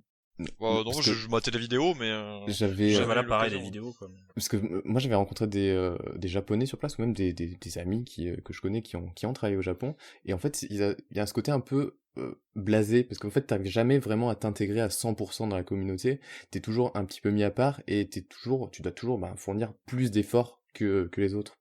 Et ouais, en fait j'ai l'impression que t'as tout ce côté enchantement du Japon qui s'efface plus tu travailles là-bas. Enfin, j'ai dit une connerie, en fait, j'ai rencontré un barman français, justement, qui me racontait un peu ses expériences, donc si, j'en ai rencontré, et que lui, justement, en fait, là-bas, comme t'as pas vraiment de contrat déterminé en termes d'heures, il me disait qu'il bossait dans un restaurant à faire la plonge, hein, globalement, mais que du coup, fallait se battre pour avoir des heures. C'est-à-dire, si t'arrivais en dernier après les autres, bah, tu pouvais bosser 3 heures dans la semaine, et ça dérangeait personne, quoi. Et il y a vraiment ce truc où ultra compétitif tout le temps, quoi. Ah ouais. Bah, du coup, merci les gars pour toutes vos anecdotes fabuleuses sur le Japon. On va s'arrêter là parce que ça fait un petit moment qu'on est en train de tourner. Mais avant de s'arrêter, est-ce que quelqu'un a envie de rajouter une dernière petite chose pour conclure? Oui, j'aimerais bien placer une anecdote qui m'a fait rire, parce qu'en fait, avec ma copine, on a fini la série Lupin. Et du coup, j'ai écouté l'épisode sur Lupin que vous avez fait avec Max, et je me suis rappelé d'une anecdote qui m'était arrivée au Japon, où en fait, à l'époque, quand j'y étais, je bossais dans un escape game, et il y avait un mec qu'on avait rencontré, qui est devenu un pote, un japonais, et il arrivait pas trop à comprendre en fait ce que je faisais, mon métier. Et du coup, je disais en anglais, oui, enfin, c'est des gens qui viennent pour résoudre des énigmes, ce genre de choses. Qui me disait, mais ok, t'es un peu comme Sherlock Holmes. Et en me présentant à ses potes et tout, il me disait, ouais, c'est le Sherlock Holmes français, tu vois. Et il y a un moment où il m'a dit, mais en fait, non, je sais qui t'es. En fait, t'es Arsène Lupin. Génial. Et ce qui était très gênant, parce qu'on rencontrait des gens qui venaient des gens que je connaissais absolument pas, ils me présentaient comme étant Arsène Lupin. Donc c'était un peu embêtant, parce que c'est quand même un cambrioleur, le mec. Même si les gentlemen, c'est quand même un cambrioleur, ouais. Sachant que du coup, Arsène Lupin au Japon est très connu, parce qu'il y a un manga qui s'appelle Lupin the Third, qui est très très connu là-bas. Ouais, effectivement. Donc voilà, je conclurai ma participation avec cette anecdote. Super anecdote. Maxime, une petite conclusion pour toi? Oui, pourquoi pas. Finalement, je dirais que le Japon, c'est vraiment un pays que j'adore. Alors, il y a pas mal de problèmes non plus, hein. Il est loin d'être parfait, il est loin de me plaire à tous les niveaux, mais j'aime vraiment la plupart de leurs productions artistiques, quelles qu'elles soient, que ce soit jeux vidéo, manga, films, séries, tout ce que tu veux. Et c'est vraiment un pays que je trouve vraiment passionnant et intéressant, et c'est un pays qui gagne, et que je suis bien content justement qu'on le découvre de plus en plus, et qu'il y ait de plus en plus de gens qui s'y intéressent. Et vraiment c'est cool, parce qu'on vit vraiment dans une période où on peut découvrir plein de trucs nouveaux. Et ça c'est cool. C'est vrai. Et c'est une belle conclusion. Mika, une petite conclu pour toi? Non. Non, le Japon c'est en fait je sais pas ce que c'est puisque j'y suis pas allé. Voilà, je suis pas japonais, je n'ai jamais grandi au Japon, mais voilà, si j'ai su le découvrir, l'apprivoiser, c'est à travers mes lectures. Donc voilà, si jamais que ce soit pour le Japon ou autre chose, voilà, des aventures, vous avez envie de vous éprendre pour un pays, une culture ou quoi que ce soit, c'est à travers les livres d'abord qu'on les découvre. Alors lisez des choses. Lisez des trucs, ouais, c'est beau. C'est un beau conseil. J'ai remarqué que tu termines souvent tes conseils par lisez des trucs, Mika. Et je trouve ça très beau d'inciter les gens. C'est sa les gens catchphrase. à Ah, lire. ouais. Prenez soin de vous, allez voir des C'est films. ça, prenez soin de vous, lisez des trucs, quoi. Et enfin, Raphaël, C'est une ça. petite conclusion à tout ça pour toi. Bah, une conclusion.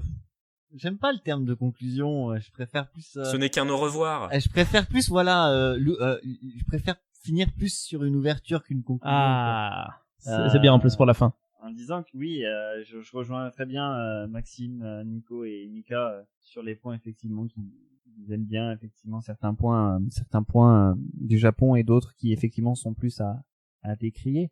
Mais si on cherche toujours un petit peu à mettre des petites pincées de Japon dans chacune des choses qu'on a l'habitude de voir ou de lire ou même d'entendre, eh ben on aura une autre vision des choses, puisque comme c'est pas du tout notre culture. Et moi ça ce qui m'avait marqué, c'était il y a je crois 2 ans, j'avais écouté Stairway to Heaven de Led Zeppelin, mais fait avec des instruments japonais anciens, voilà, les shakuhachi, etc.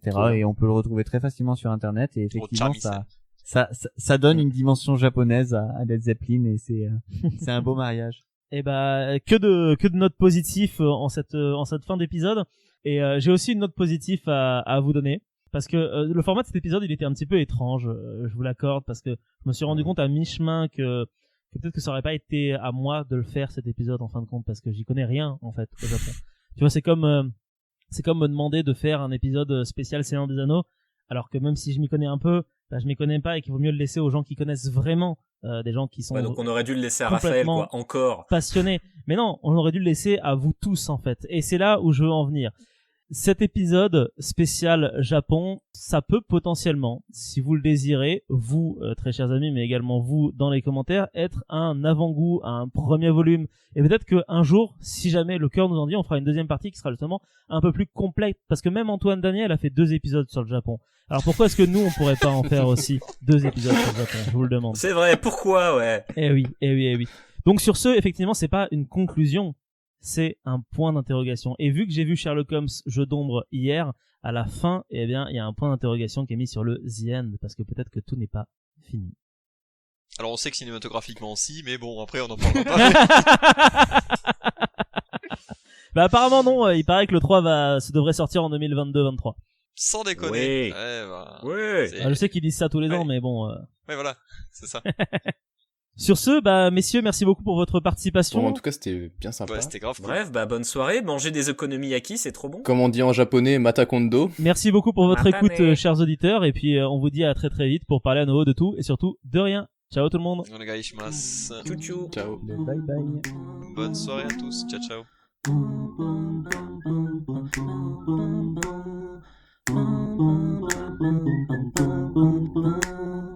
3, 2, Bonne année. bonne année. Putain, il est super sensible. Je sais pas pourquoi mon micro à chaque fois sur Audacity, c'est un bordel à gérer. Voilà. Ouais, je vous jure, c'est un délire. C'est soit genre entre 0,95 et 100, et si je passe en dessous de 0,95, on n'entend plus rien sur Audacity.